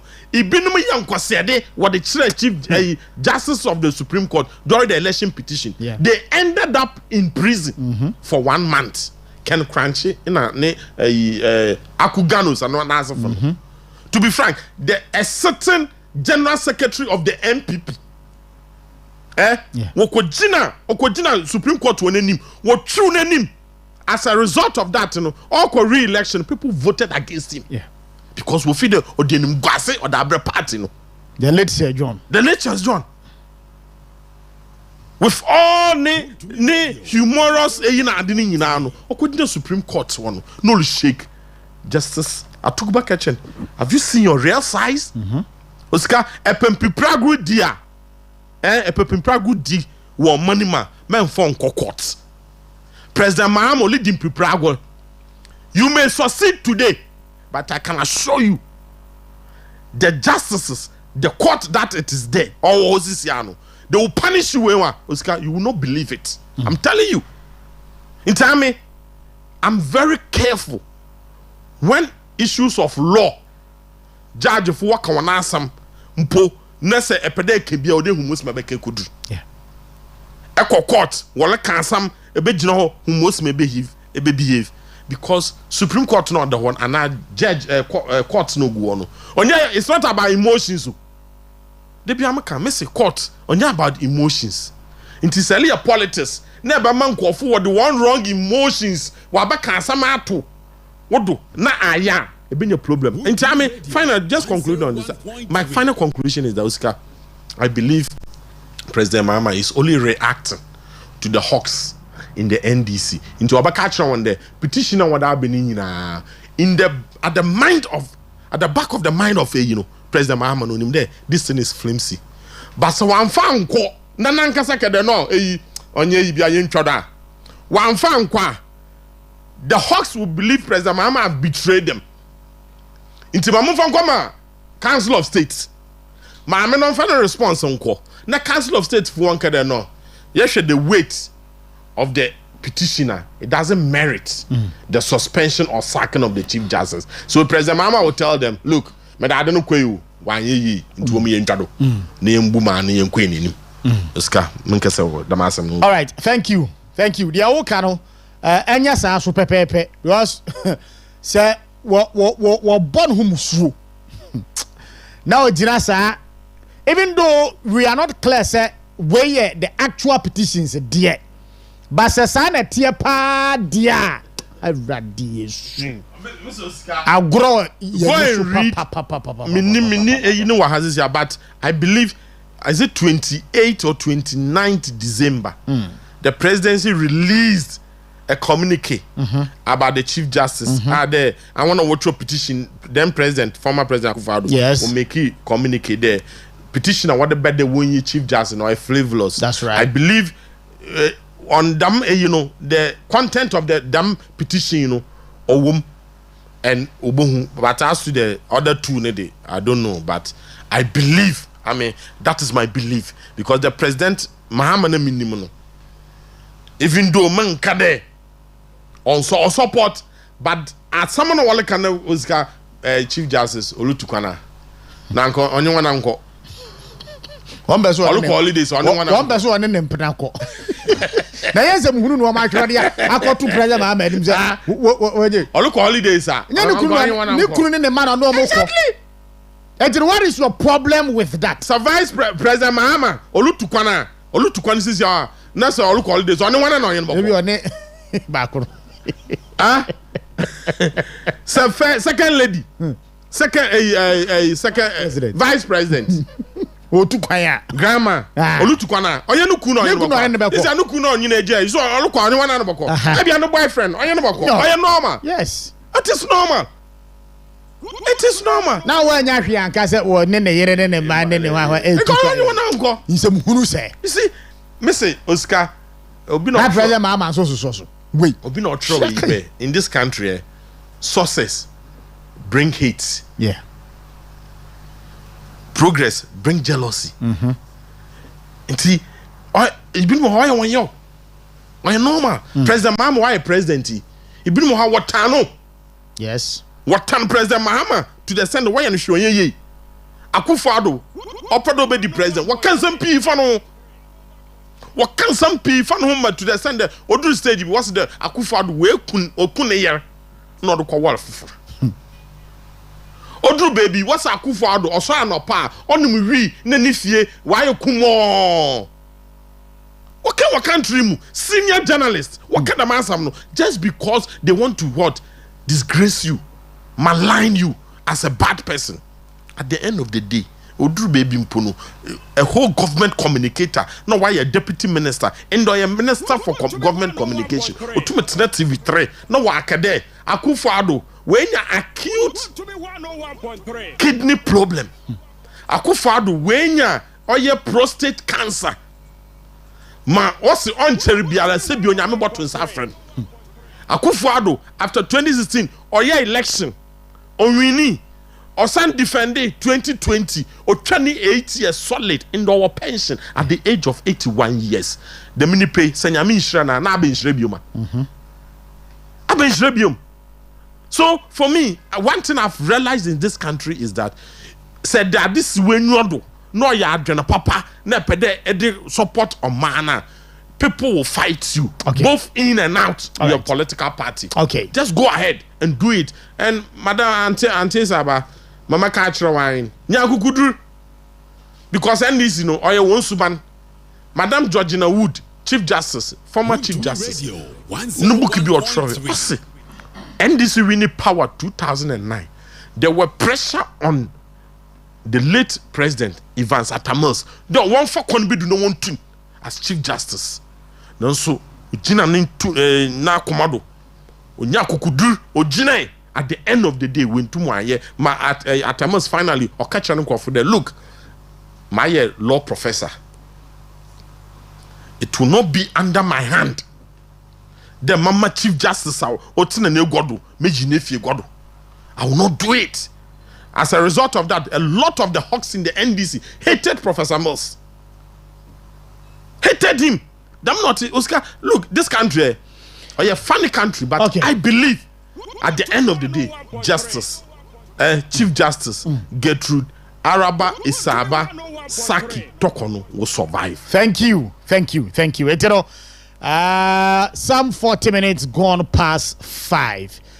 Baby, I do baby Ahmandia to Mr. Obaswana What about lower the volume on your radio and TV set? Now yet me have a very clearer conversation. 0248071174 0248071174. Mo am send message amudi atem nyina nyame ahunu mo. Yenu wada jwat. Yenu wada je krachi. Hello, good evening. Hello, good evening. Me pa chao madika ka se o freba so de fa wa entie ho o TV no so. Hello, good evening. Hello, good evening. Hey, Pabi mo aso odin pa o. Hello, good evening. Hold. Please wait. Look at that. Hello, good evening. Hello. Good evening. Good evening. Me ba chao udi baby afrifi. Pacho mende Manso free in Suta. My intio munua. Such a central. Pacho if I say me Oman payment temporary workers no mo 2024 election. Omunya nye payment ni. Okay. All right. Pacho no anam ko. Yeah, omunya nye payment ni. All right. Hello, good evening. Good evening. What about the baby afrifi? You're from Cobrampan, some can say Takoradi. Me ba chao yenti. Master Kakra make an say. NDC for South Sudan, the move that I will Chief Justice for home. Warren Simreso, ABC, my Chief Justice for you. Pudi Puomo, and then I have to pay a song called Trafi. I am Musuban, and now we are banned soon as I will buy. That's a woman to and see a soldier company for Swa. Can we say, Mino out there? Opa Abutuno, or Mano na Opa Abutuno. If you say, Sankofono, Oba, Yadi on Saka or Bibiala. I will tell John Mumamuya or Mojuma, or Mobo or Man who bind. Never will I just say, sir, a sharp company for a police company for Ubeto money at your Mosodia. Not a man on our special day. Was say no. She said, say, what are library abbey, a combiaso, you look here. All right, yeah, so that's it. Hello, good evening. Oh, see. Saint Okushembo Kojokrom in Escado Ketchan constituency NTO. Oh, see, and be a min shop, papa, na min chair digital secretary. Then I'm going to about the papa, why are DJ? Mitchell Skeleton and Pipi Funela, Mitchell brother calling South. So, no lawyer as a Yabuama Yako, I MP. Papa Nambodimbo was so papa Yami. Son now I am Papa. Chelsea, the beer did that today on my pain John Dramani Mahama, opposition 8 years in Oman no when she Papa when were position. Share. Some of them save them, brew water guys. They see that group where you go. Chade, what's a serious man? Wakoton tan, what from uniform yellow. Not black amona. I'm quite serious. Gam said, don't go through to Gam Sasa. Mahama, yes, serious. Shawata Bell, never to be there. Where Pejam Precope, Cheddar be purely that's upon one, but there. Or that's to Ghana for young bread, the young soon after Sido. The bomb or but be built last hour. The best people paying for from national to I say. Mama, Yankee Wumbo, they ain't to maintain. No communicators are wait our passion, you know. What to bala, what so we inside a communicators want to copy the party composition. Chairman there, yet you secretary, and Obi and Yashiala, communicators yella. They didn't can. They Mokoda, yet, not 28 is allowed Ghana for the MPP Baba Power Bill. All right. Yeah, so yeah, that's it. Good evening. Hello, good evening. Hello, good evening. Good evening. Of our D baby are free fee. Now, if I say, the family will have Adam. My intuition. Yo, and I'm my corner, Mamma. Yo, and for the Soviet in my home. Around one. 4 years, nobody didn't want some of the baby. The end of the Vobian can have come to me and send an antiquity uncounted to know. San and cow for once and transfer that. I did 28. All right. To make a boom, and the amount for catcher and say, yen, sick, and I do soon. It will just hang more in an inshallah. 28 years. Okay. Hello, good evening. Yes, sir. But also JY Hebao. Just for you, Mamenchia, the incoming national chairman, Chairman. That's right. Mamenchia, the secretary. And also, the able, honorable Takoradi MP, Dr. Kodnoche, the Kumerson, and Kuponkan, and for Chairman Basti, and lawyer Zekia Buama. I think come now, my God, Satisfaction. Now, only Osi. And someone question Yana Metinasina may send one, so my gun and baby, I could do ya. Nayami, I am a reho. And your man in this text or moving, and say, as one to swim take home, man, say, I bay or Moja Kadia. It could be in this room, be as a sword or casting be. Now, in the beginning, because the Yamia, only this is yet, Galam says, I water green wine or Master Boise. And first, was in and I see a job for the boys.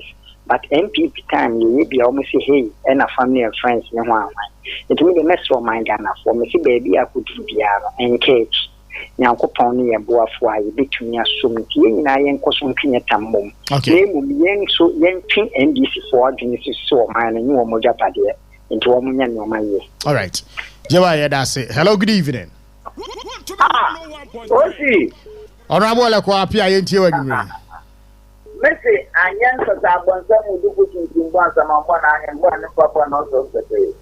Obaka, Oya incoming as chairman wound to me. Hey, Obaka, Oya, honorable the same could be an honorable copy in me until I am to pay the format and number of the Akon is of the same.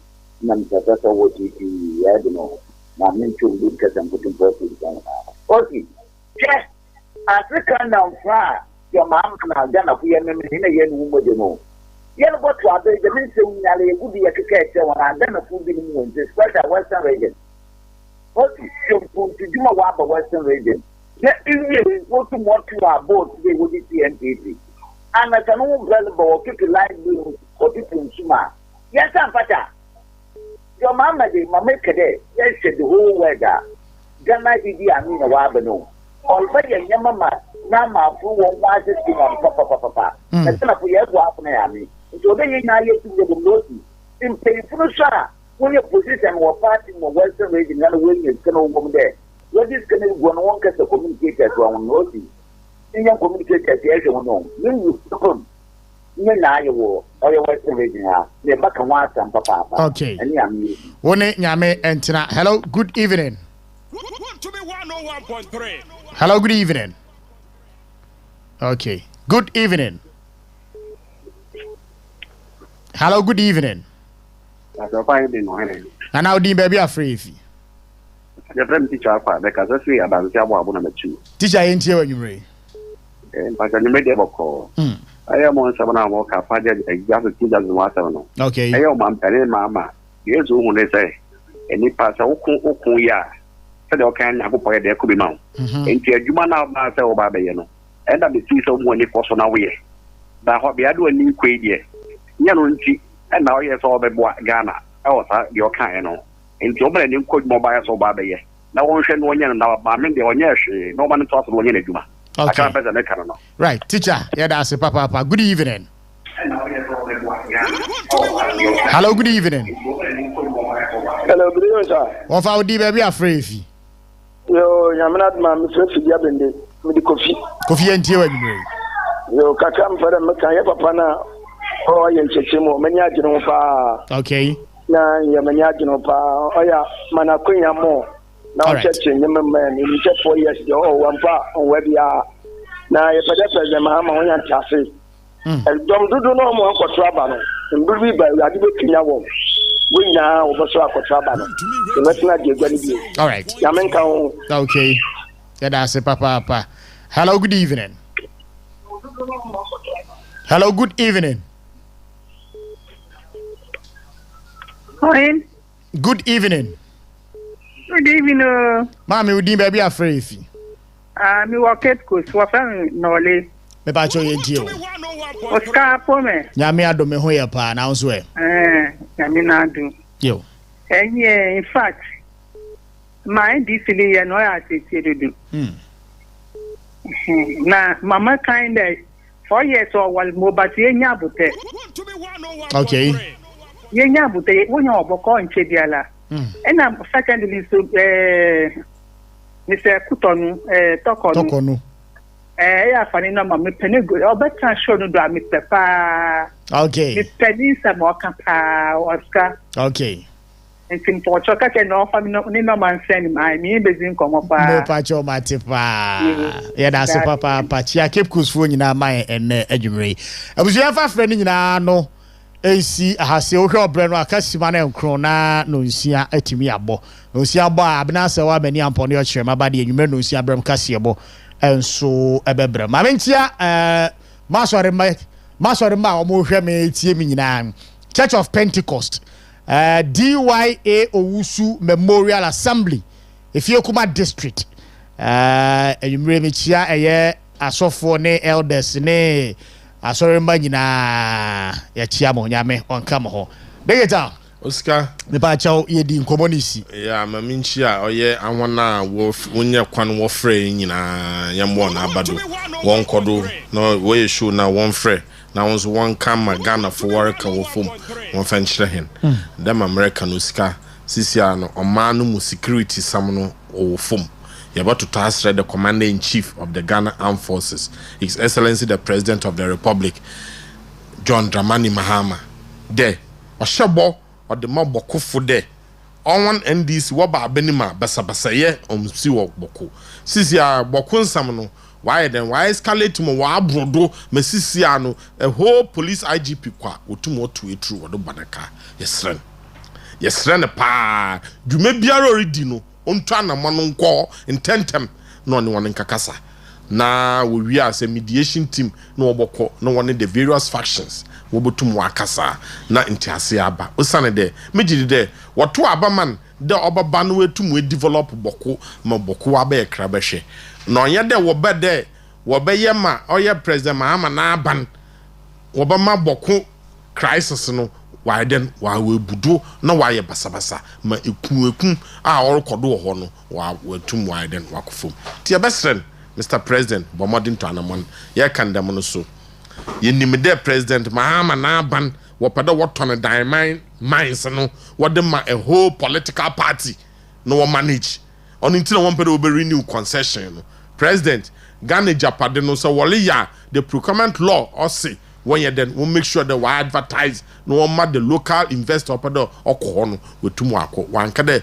aban onsumala no fama nipa kor no nhwado nti ebesren they should use the procurement law no obotum what the may no what they djuma on that note no sika mso me dase there twins frame oye inde enyumbri america woni nyame enkyere busua ye gina we sunu ya de ene enyume kobo ni nyina na siase ye na wa ojibre tie wa wo hwe ye dase papa wow the message by ye dase wow frɛ ya unya kwanya de wadwenkyerɛ ba ye dase papa ye na team ni nyina ase aseda kese ye nkoma eye Jaru thank you so much Samuel Dingo thank you Kelly thank you Wachemaba thank you Abna Sawa many upon thank you afei Berma ba Nana Kunedu Abupra the birthday man thank you so much midin Osikani Frimpong Manso ye mi emuso adom bidum ye na awachina ye behia na ya toa so good evening.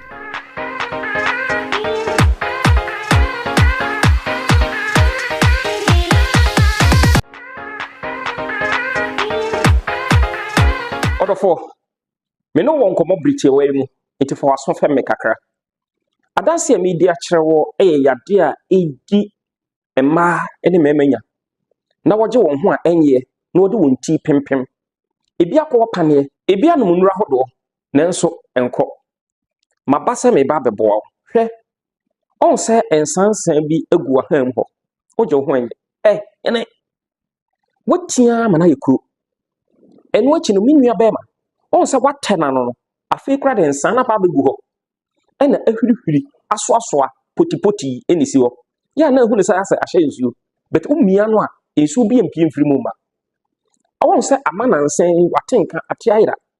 Now bear my also a baffin papa.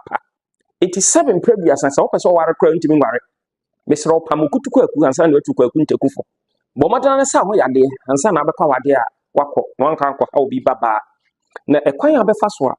Sa or how year in sweet flew Bemamuba, Fita. Emoji flew Bemamuba, and Sansa go a hum, Obema Mwemre. Oko hospital cry Saka also low sperm count, and that's a low sperm count. That's all the Kunkunti bad, a binu hunsu mukra. And a beans will be Nimu Swa. Miss Row, Timmy, na achia ne mu mpanyin se des na bebo nyina wadruni we your friend give us JC Misha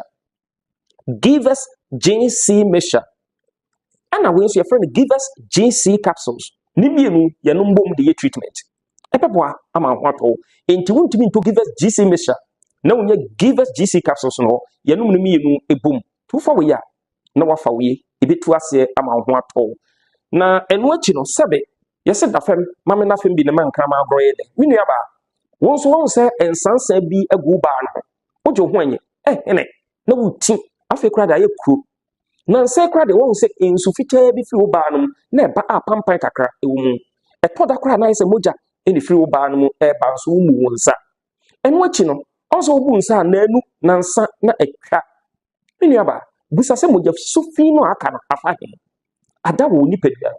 Ewo uterus no tis one year ebebo toa ana be clot na be hye wa de na no eba sa awo ho be yedin e de ama enu achi no so no so watinka ate ayira wo bebu nsa na wa no dem ususa wote yaw sesa wo bu nsa na wo sa haw no dakro na mienu na etwa no ma nsanka give us GC Misha ene ne capsules na beboa ana ne sa moje sufin ni nyina na aba besene ko kama e de ama be man so a be man mu hyehyew wojo ho anyi Mr.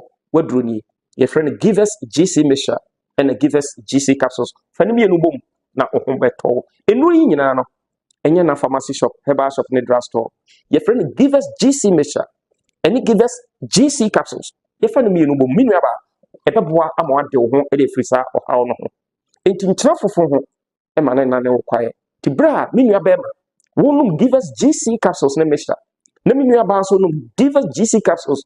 Ene Misha no ebeboa etusa ohawo na mumu no asia ma ho motime gina mo na so na ware aso kama na nuri no to a ye bebese na obebo nkomo eti frey because nnuane bi wo ha ye be mo atwe ho afiri ho but ntimi nka ni nyina afidie yi so na number abetime frey wo so no e 0543 222 470 o frey beto bo asene ne mo abonko mo ni a kyerɛkyerɛ wo ne ma wo betwe ho afiri ho bra wo faduri na boa ati yade ne te ede amount hwe give us GC Misha no say na etie sanso na give us GC capsules no so say na etie okwa bonsi adro ni pedua akwa no eda ho a entintini bebre ewo no misro so okọ na sanso hyede we na ho no bi say e give us GC Misha and say give us GC capsules amanyi ni bomodana na hwehwe sanso hyede a makere we menu aba ebeboa hohoro wa wodie no kama ede amount ama mu je sufi bi e wo system no aba besene akọ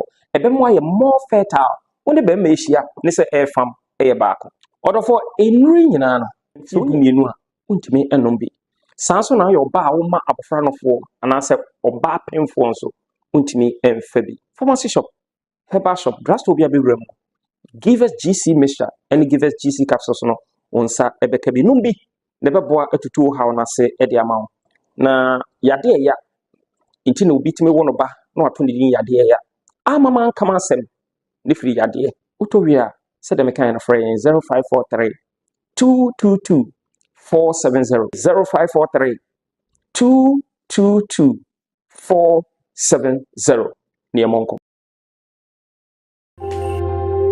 Enuanum ne adofo ye frɛ me Dr. Dawood me na me da Dawood Heba Hospital ano na enam me so enanne Dawood ointment Dawood 360 capsules wodwa Manso a enne obi adi hu adanse na duwei edutwam Dawood ointment o se fatwi na ebeko ofa Dawood 360 capsules o se sisi na ade ewom na dromienu wei adwuma bom obi a osisi ye o ya pa de obeye ne se wo de Dawood ointment no etwitwi osisi na anopa ene anwumre a nansa bia no na wo de bia bo asawa wo betimi de atua wo dware wi a fa Dawood ointment wo de te ne fa sra ta bre kro na no na wo nom Dawood 360 capsules no anopa ene anwumre na danse na ba amane wo de enko na enko ti adanse ni bi Dawood ointment edrowe me straighten and welding the toda me po djuma na me honam nyina me ye me ho bibi enye ba se minya sa Dawood ointment we na me twitwi a na no pa so minya Dawood 360 na me no mo a ese kwa le me ye adwuma kwa se kane no te drowe de edima se mama no be di so asema mama electrician na ye adwuma ekofia yentimi na Dawood ointment so ye adwuma na obra okodru fia fa twitwi ade be che no na wo hwa ye den Dawood ointment fa twi keke na ebeko drum use mama hode pa ma metimi bo adwuma bibi e kama e ma me ye Dawood 360 capsules and a Dawood ointment o memre we no na do we no so twitwi wa aposo e be ma ya oni nyina afiri o ma de che otimi be bo adwuma Dawood ointment fa twi na ebeko da bia amafo company de wo ka musa akospeda mi secret na nu ani e bibdo na ani Dawood ointment ene papa me sole anopa mi twitwi mi sisi achi me babia he me ntebre secret ni nie ti so person what say me a we use Dawood ointment that's the secret of my taxi driving me a transmission gearbox specialist ejuma me ye en kan na me pega de a na me nsakura antimi pega na ase me ma de so na lock me sisi ti say fi say me share Dawood 360 capsules and Dawood ointment abo me bebre the dry man so amente ya mente blabia obia mo modern so betimi ape Dawood ointment and Dawood 360 capsules enya biato odofo se watibi adro ya me ka ho asem no eno ho adanse ene wono madi no ko pharmacy e ben wo herbal shop e ben wo ne koto Dawood ointment Dawood 360 capsules na se de enkrofo di ho adanse no wo so be di ho adanse wo pesa wo frɛ ya eno na wo screen ase no 0244 886437 na 020 168 1717 Enroi enye mapemfo abatan a woma woma nnufuo ene obi a onya mfrihia dumienu FDA agidwadie nkratoa yi atum Gasto mixture eye wo yefun ya de adro mapa se typhoid fever ene hawa nom gasto mixture say ulcer ene ababetena wo so anom gasto mixture ebia typhoid fever nti woti epae wo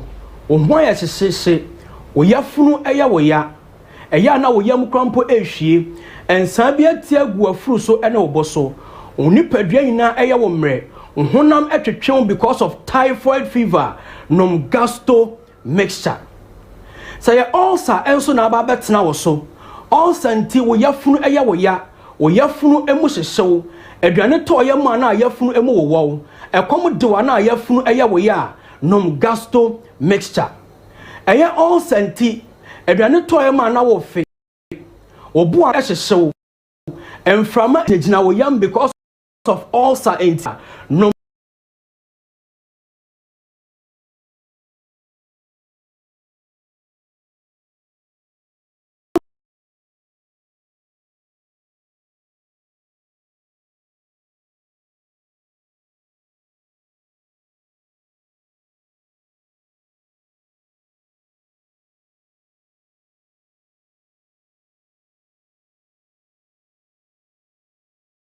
na wo fe obu ano ehyehyew emframa eginagina wo yam because of ulcer enti a nom adru efe ne say gasto mixture eye ulcer enti wo so atiye pa gasto mixture eye wo yefun ya de adru mapa say typhoid fever ene hawa nom gasto mixture say ulcer ene ababetena wo so anom gasto mixture ebia typhoid fever enti woti epae wo ho ya sesese wo yafunu eya wo ya eya na wo yam krampo ehwie ensa bia ti agu afuru so ene wo boso onipadua nyina eya wo mre honam etwetwen because of typhoid fever nom gasto mixture say ulcer enso na ababetena wo so ulcer nti wo yafunu eya wo ya wo yafunu emu hyehyew aduane to yam ana yafunu emu wo wo ekom de wa na yafunu eya wo ya nom gasto mixture ɛyɛ ulcer nti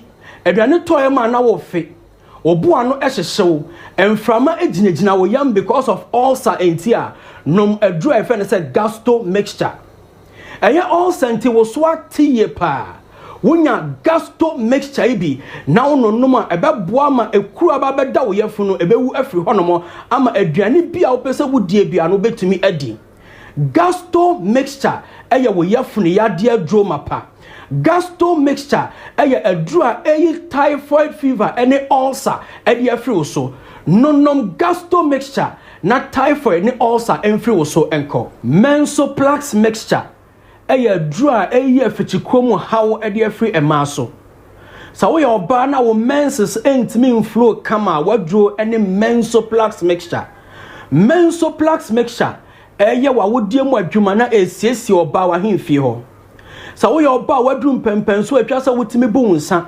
nanso wontimi mu nsa waduro ɛne Manso plaques mixture wo yɛ ɔbaa na nka wo bu nsa all right nanso nansen no wo menses no asizi ukọ check pregnancy no wonyem wonso a wonya family planning wonso a wontwa abra nanso menses no emma no Manso plaques mixture na wo menses no enflow kama emfa emma wo why family planning wo ya family planning no edum pempen so bia wagya family planning no wo hwe ni mu senka wo menses no beba na nka watimi afa afuro nanso wa hwe ni mu a menses no emma no Manso plaques mixture na entimi emwama menses no enflow kama bubu nsa ya na yaw ewo mu ana wadro ene Manso plaques mixture oba bubu nsa wo menses no entimi makese eba ketua bi dakro ena mienu pe na atwa wadro ene Manso plaques mixture enkekaya wo so aya na ensuo egu wadro eye Manso plaques mixture Manso plaques mixture eye wa wodie mu adwuma no na wo ba esiesie wa hemfie ho no mo wo ba wo bu nsa bosumi we ya bosumi ebesim wo mu nsa agese bia 2-3 months time ansa no wasa bu nsa no wadro ene Manso plaques mixture no Manso plaques mixture na wo menses no enflow kama Manso plaques mixture eye wa wodie mu adwuma no na esiesie wa hemfie ho no mo prostate plaques mixture eye aduru a eyi dwonso mu haw ede afri emerima so wo ye bema na wayase eye wo ya no wayase kaw wayase twwa waduru eye prostate plaques mixture odwonso aya wote yaw ewo wo bema mu eye na wo bema emu edwo wo bema mu ekekawo a waduru ene prostate plaques mixture eye na ensuo bi firi wo bema mu eba eno nso a enya dwonso wonya prostate plaques mixture na wono numa ebeyi sa wo haw no ede afiri wo so ententem so pa wonso a wodwonso ententem sope ya wo ye bema wadru ene prostate plaques mixture wobu koda anadwo a enane ya ye ne de no anadwonso ede no obesori adwonso empre bebre ansa na ade ache wonya prostate plaques mixture ibi na wono numa ebeboa eyi sa wo haw no ede afiri wo so ententem so pa bema okoko gina wo se wo dwonso a edi enmere kakra ansa na Johnson ahya ase se eba no won hwehwe prostate plaques mixture echa kwan na won nonom na entumi enyi sa wo haw no emfamfiri no so sa wo haw bia emma woni padua mu a eni kwan sa be ma akogina wo sa wo Johnson a wo chimpi ansa na Johnson aba eni ntimi sraw sa wo Johnson na sa wo chimpi ansa na Johnson no aba woni padua na ebo kokoso wo haw bi eya ba ni padua ni mu entempa unya prostate plaques mixture bi na nonom ebeyi sa wo haw no afi so akọ ententem so pa obu on ma Johnson no kwa wo Johnson no emeye Johnson ba se Johnson ani aha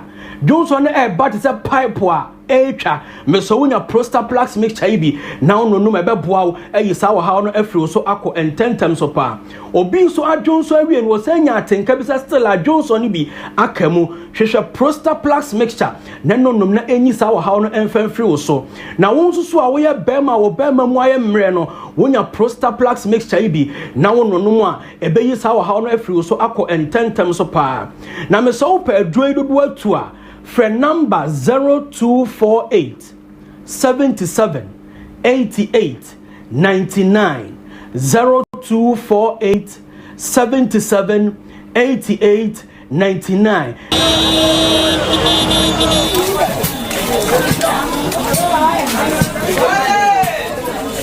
Efichi Komu yaunti, untimi kwa juma no aye juma. Efie jedum. Manso plus Mr. Mama ya dia ho. Wo fichi konsisi so na emeye. Wo ti yawo e wo fichi kromu. Obapa no Manso plus Mr.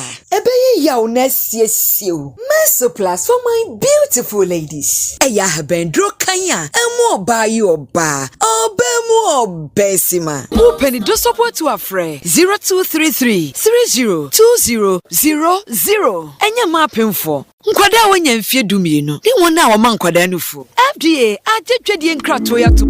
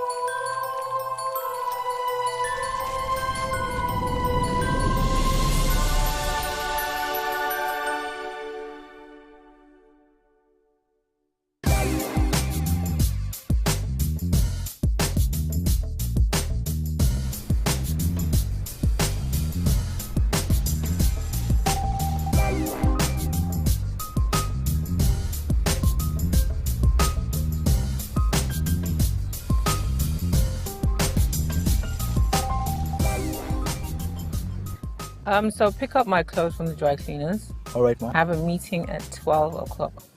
Make sure you're back here before then. All right, no problem, ma'am.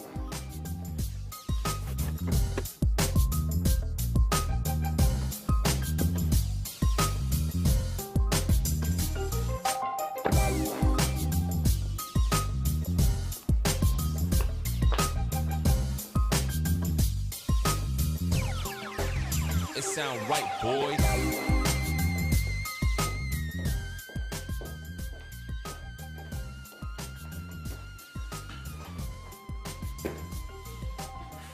Good morning, madam. Get me Stephanie. She's in the boardroom. Mr. Job called for a meeting this morning. Why wasn't I informed about this meeting? I tried calling you severally. Your phone was busy. And I called again in 20 minutes later. It was still busy.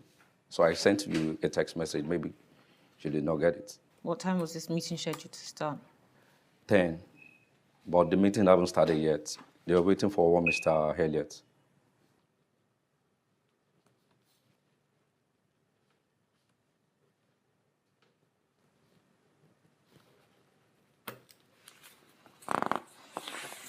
Type this up and never come back.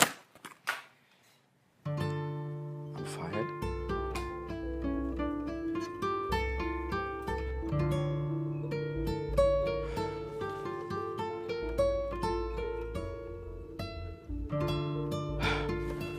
You know what?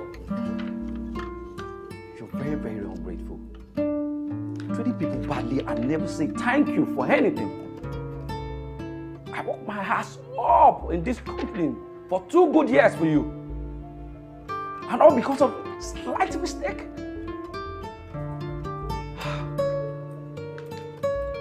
I've done nothing wrong. Was it my fault you're a stupid long call? Or was it my fault that your line has been stupidly busy?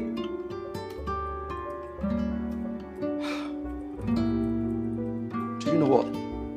Try a cold-hearted human being. And I hope you have a sad, sad life. Get out of my office of security. We'll take you out.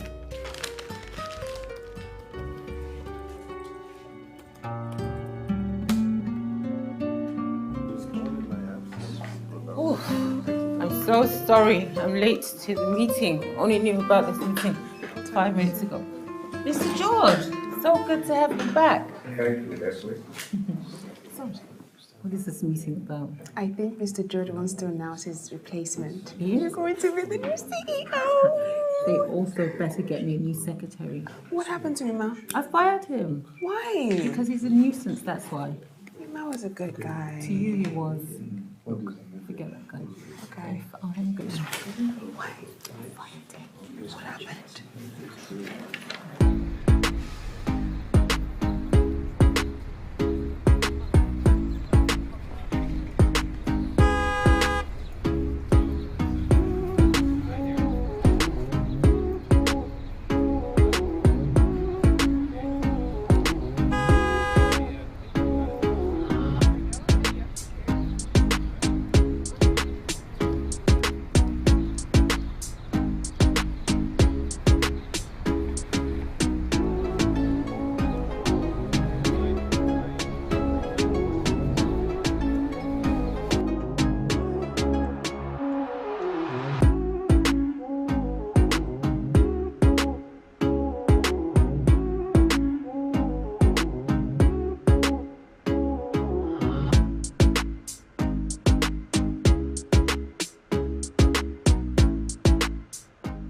I'm sorry, who are we waiting for?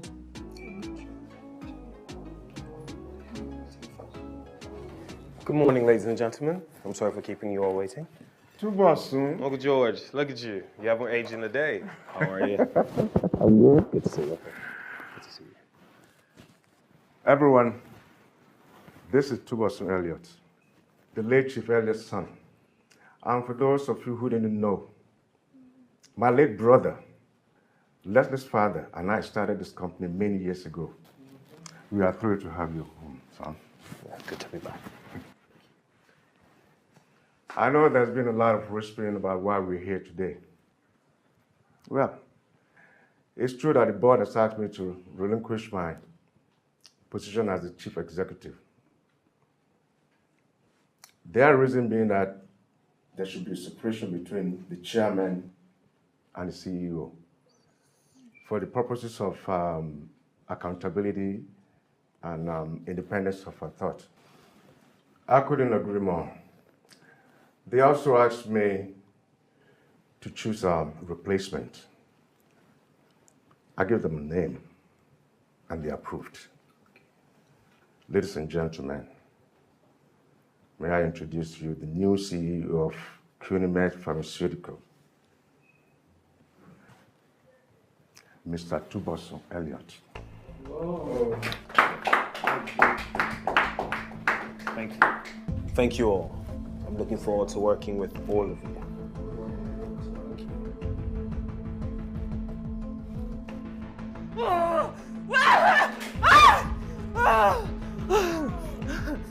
I deserve to be CEO, not that stranger. Mr. George is a traitor. He's a traitor of the highest caliber. How dare he?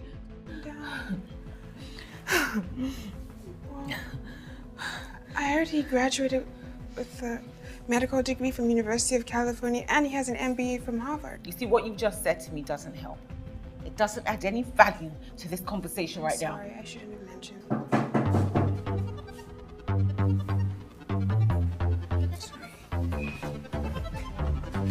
Can you spare this old man a minute?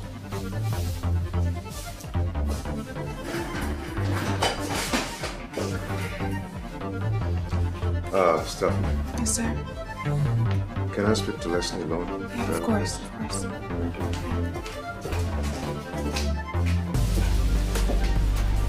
Are you okay? If I told you I was okay, would you believe me? Would you?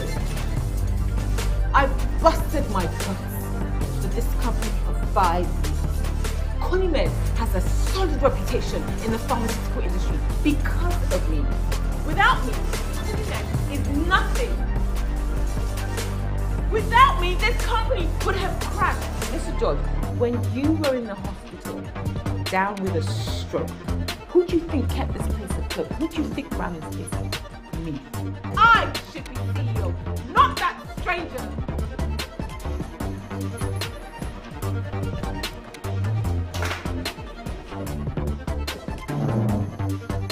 Leslie, Tubasun is not a stranger. He's the son of Chief Idowu Elliott, your father's best friend. And Oh, how convenient. How convenient, Mr. George. Your nephew. How convenient it is to make him CEO. that's not true, Leslie, and you know it. Tubasun is a great kid. He has what it takes to lead and succeed. Yeah, a degree in medicine, and an MBA at Harvard. Well, Mr. George, I am going to be CEO, with or without your support.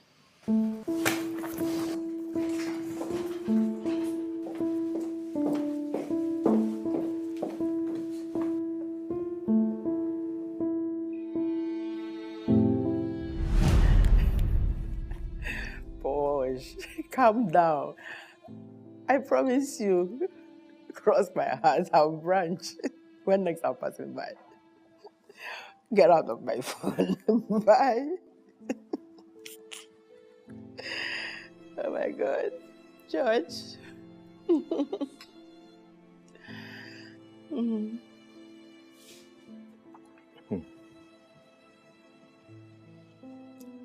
The board has asked me to relinquish my chief executive role and to choose a replacement. I want to submit Leslie's name. I just thought you should know. Give the board another name. I don't want Leslie to be the CEO.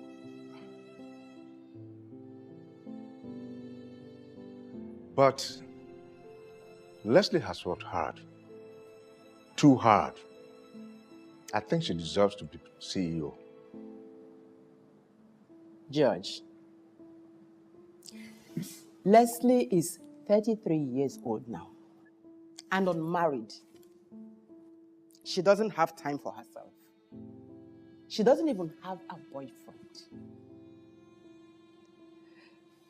That girl doesn't have marriage in her mind right now. I want her to get married and go be another man's problem. Now I see your point. But who do we choose?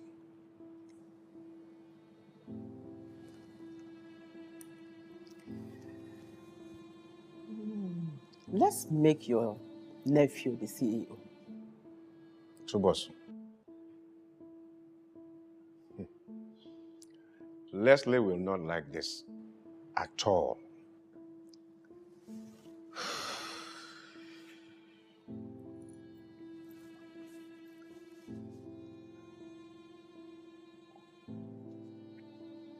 I know.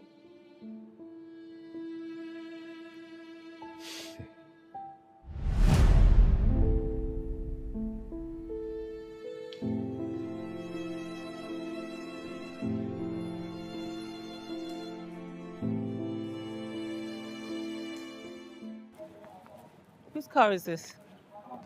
I think it's for the new Oga. The new Oga. Yes, ma'am.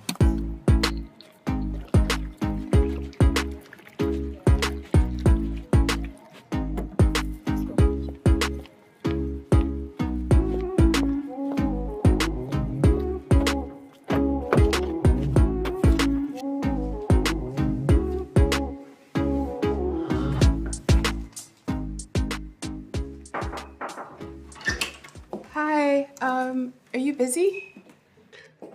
Yes, but I have 3 minutes. Okay, hello. I don't know if you remember, but you, Leslie, and I went to the same high school, and you left in, I think, JSS 3.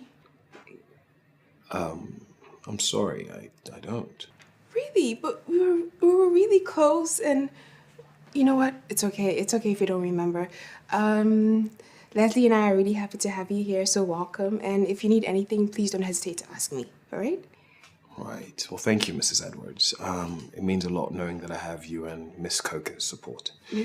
Mrs. Edwards, don't call me Mrs. Edwards. Just call me Stephanie. You'll make me feel less old if you call me Stephanie. Yeah. Well, thank you, Stephanie. You're welcome. And welcome again. See you around. Thank you. Alrighty. Stephanie? Yeah? I actually do remember. I knew you had to remember me. It was just high school. Yes. Okay, welcome. Well, thank you very much. All right.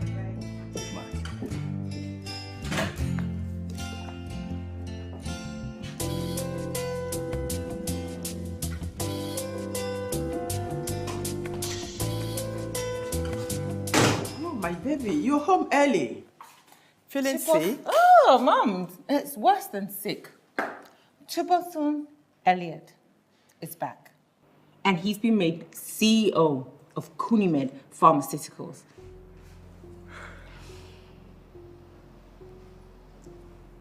You knew about this?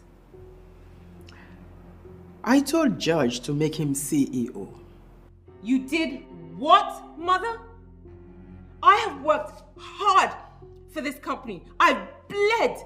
If anybody deserves to be CEO, it's me. I know, my darling. No, you don't know, Mother, because if you did, you would not let George make his nephew CEO. Listen, my dear child. It doesn't matter who is what or what. You are the chief operating officer of that company. Mother! Listen, besides, The company now belongs to you and Tubosu. It doesn't matter who is the chief executive officer. It does matter, Mother.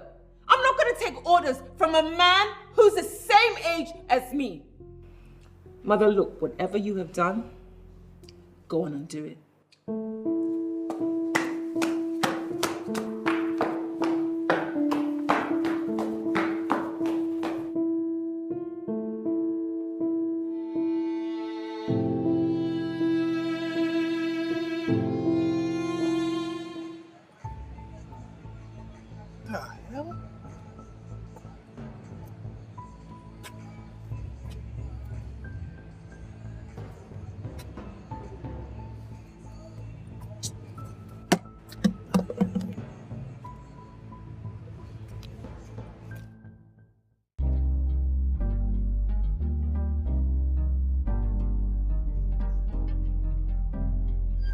After you.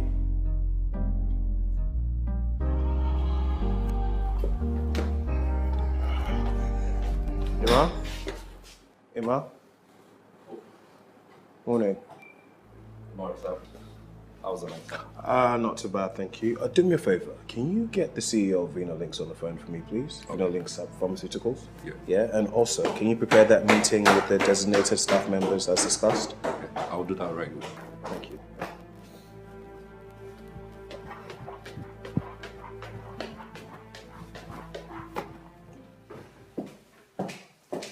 Hey girl, how's it going? So I heard Tubosu held the door for you today.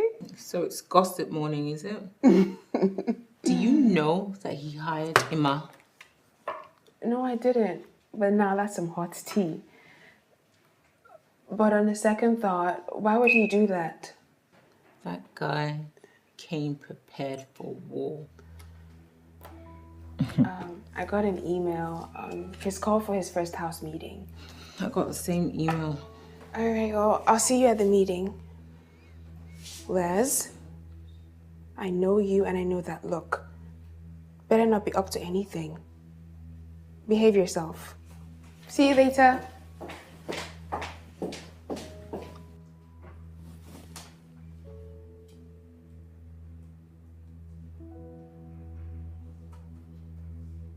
As you can see, ladies and gentlemen, the projected sales growth is a high opportunity for profit maximization, right? So before we proceed to the next agenda, I would like to hear your thoughts and ideas. Yes, Mr. Martin, please.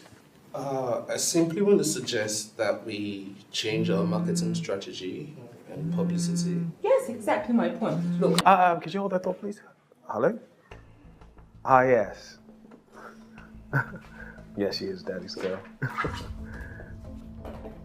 She is the smartest 10-year-old I know. Yes. Thank you very much. Do you mind if I call you back, please? Actually, in the middle of a meeting right now. Thank you. Yes. Oh, my apologies, ladies and gentlemen. Lady and gentlemen, that was my daughter's school. You know, we just moved, so I need to be accessible to them whenever they call. Make sure everything's okay. I apologize. So, right, where were we? You were saying? Concerning the change in the marketing strategy and publicity. Yes.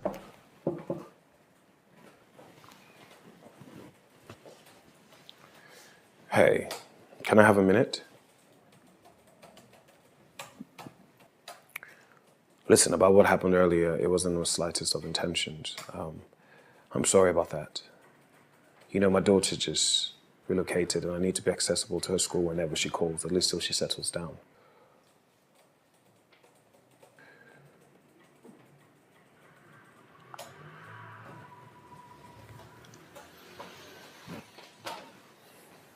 You know what?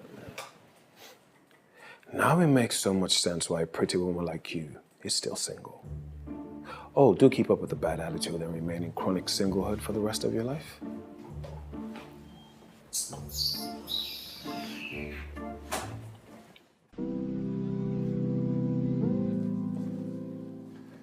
Sweetheart. Hey. Wake up, sweetheart. Daddy's home. Welcome, Daddy. Hey. How's school today? Fine. Yeah, did you make any friends? Mm-hmm.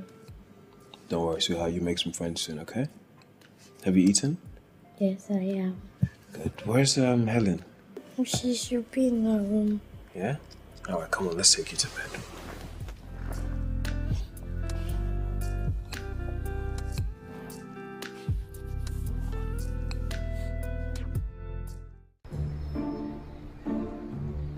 The goat. Do you know what he said to me? That no wonder I'm still single. Who does he think he is? How dare you? I can't stand him. Leslie, you need to calm down. You and Tuboso go way back. Don't you think it's time you to call it a truce? Over my dead body, call a truce. Do you know things he said to me? Look, you don't have to be friends, but you can at least be... We can be nothing, and we will remain nothing until he gives me back what he took from me. Miles, calm down. Honestly. You finished writing reports so I can go back to my office.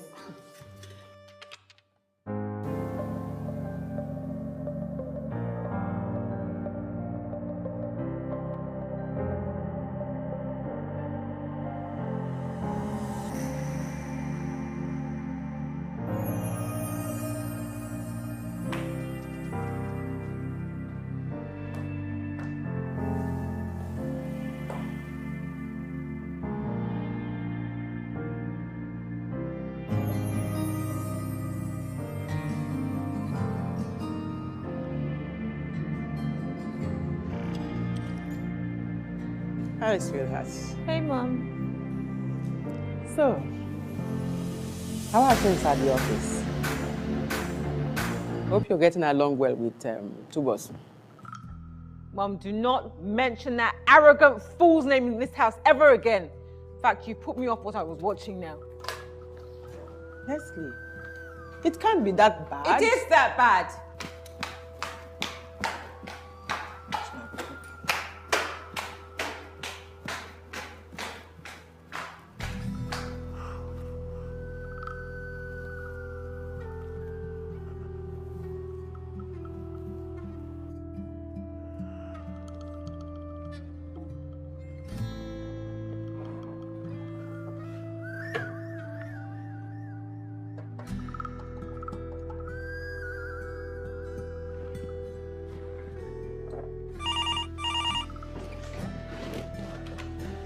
Hello? Hello? Leslie? What? Right. I'll need you to email me the chart detailing Kunimed's market and financial predictions for this year. I thought someone had an MBA at Harvard University. So, why do you need a paradigm? Leslie, it's urgent. So, get yours. Listen, it is my authority to decide whether to use the existing forecast or create new ones. Well, then I guess it's not your prerogative then.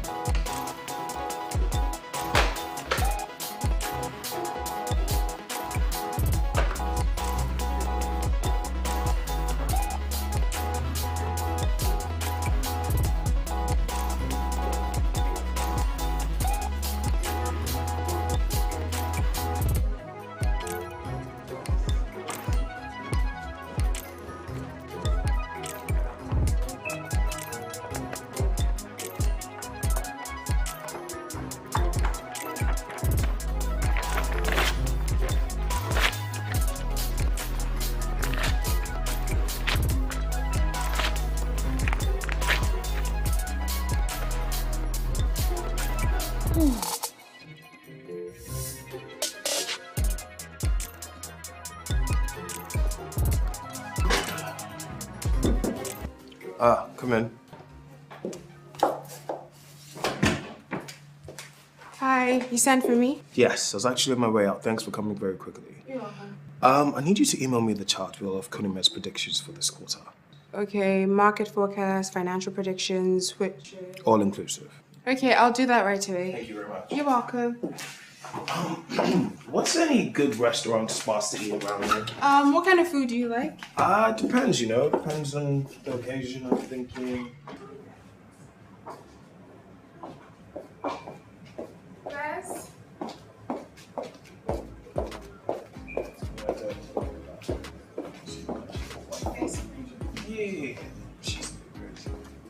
Bring her to lessons. I'm just saying, because she can be quite weird. I mean, was she always this crazy in high school?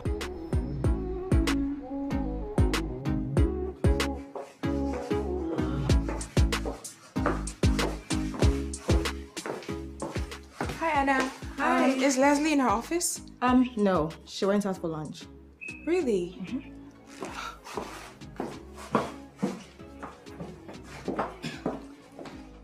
Hey, Les. You went to lunch without me? Les?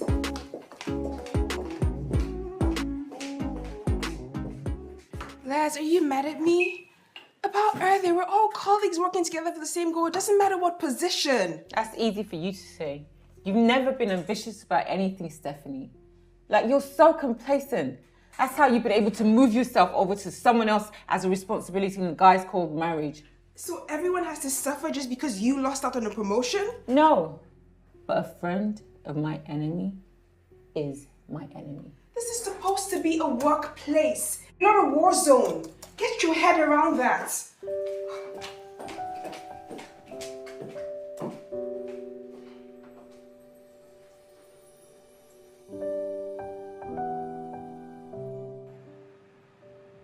People to attend: top level managers, middle level managers, and operation managers.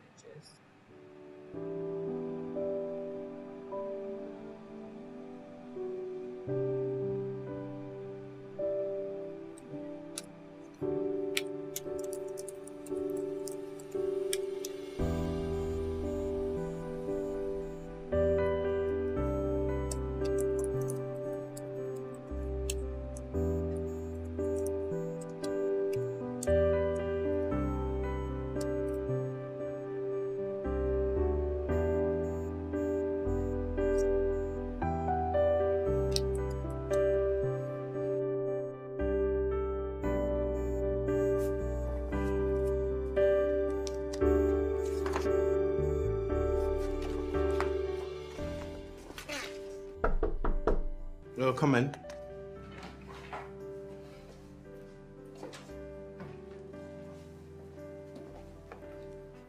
Here's the file you requested for, sir. Thank you. Just leave it on the desk. Miss Leslie requested for your presence in our office. Leslie Coker Yes. requested to see me in her sacred room. Yes, sir. Should I be worried? Very worried, sir. Thank you, Michael.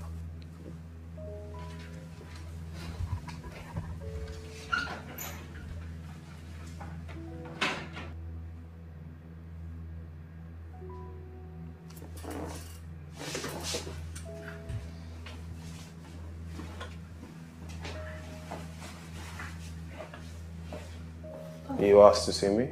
Yes, I'll make this very brief. That'd be appreciated. Please sit down. I wanted to apologize for the way I behaved the other day. I'm sorry. Apology accepted.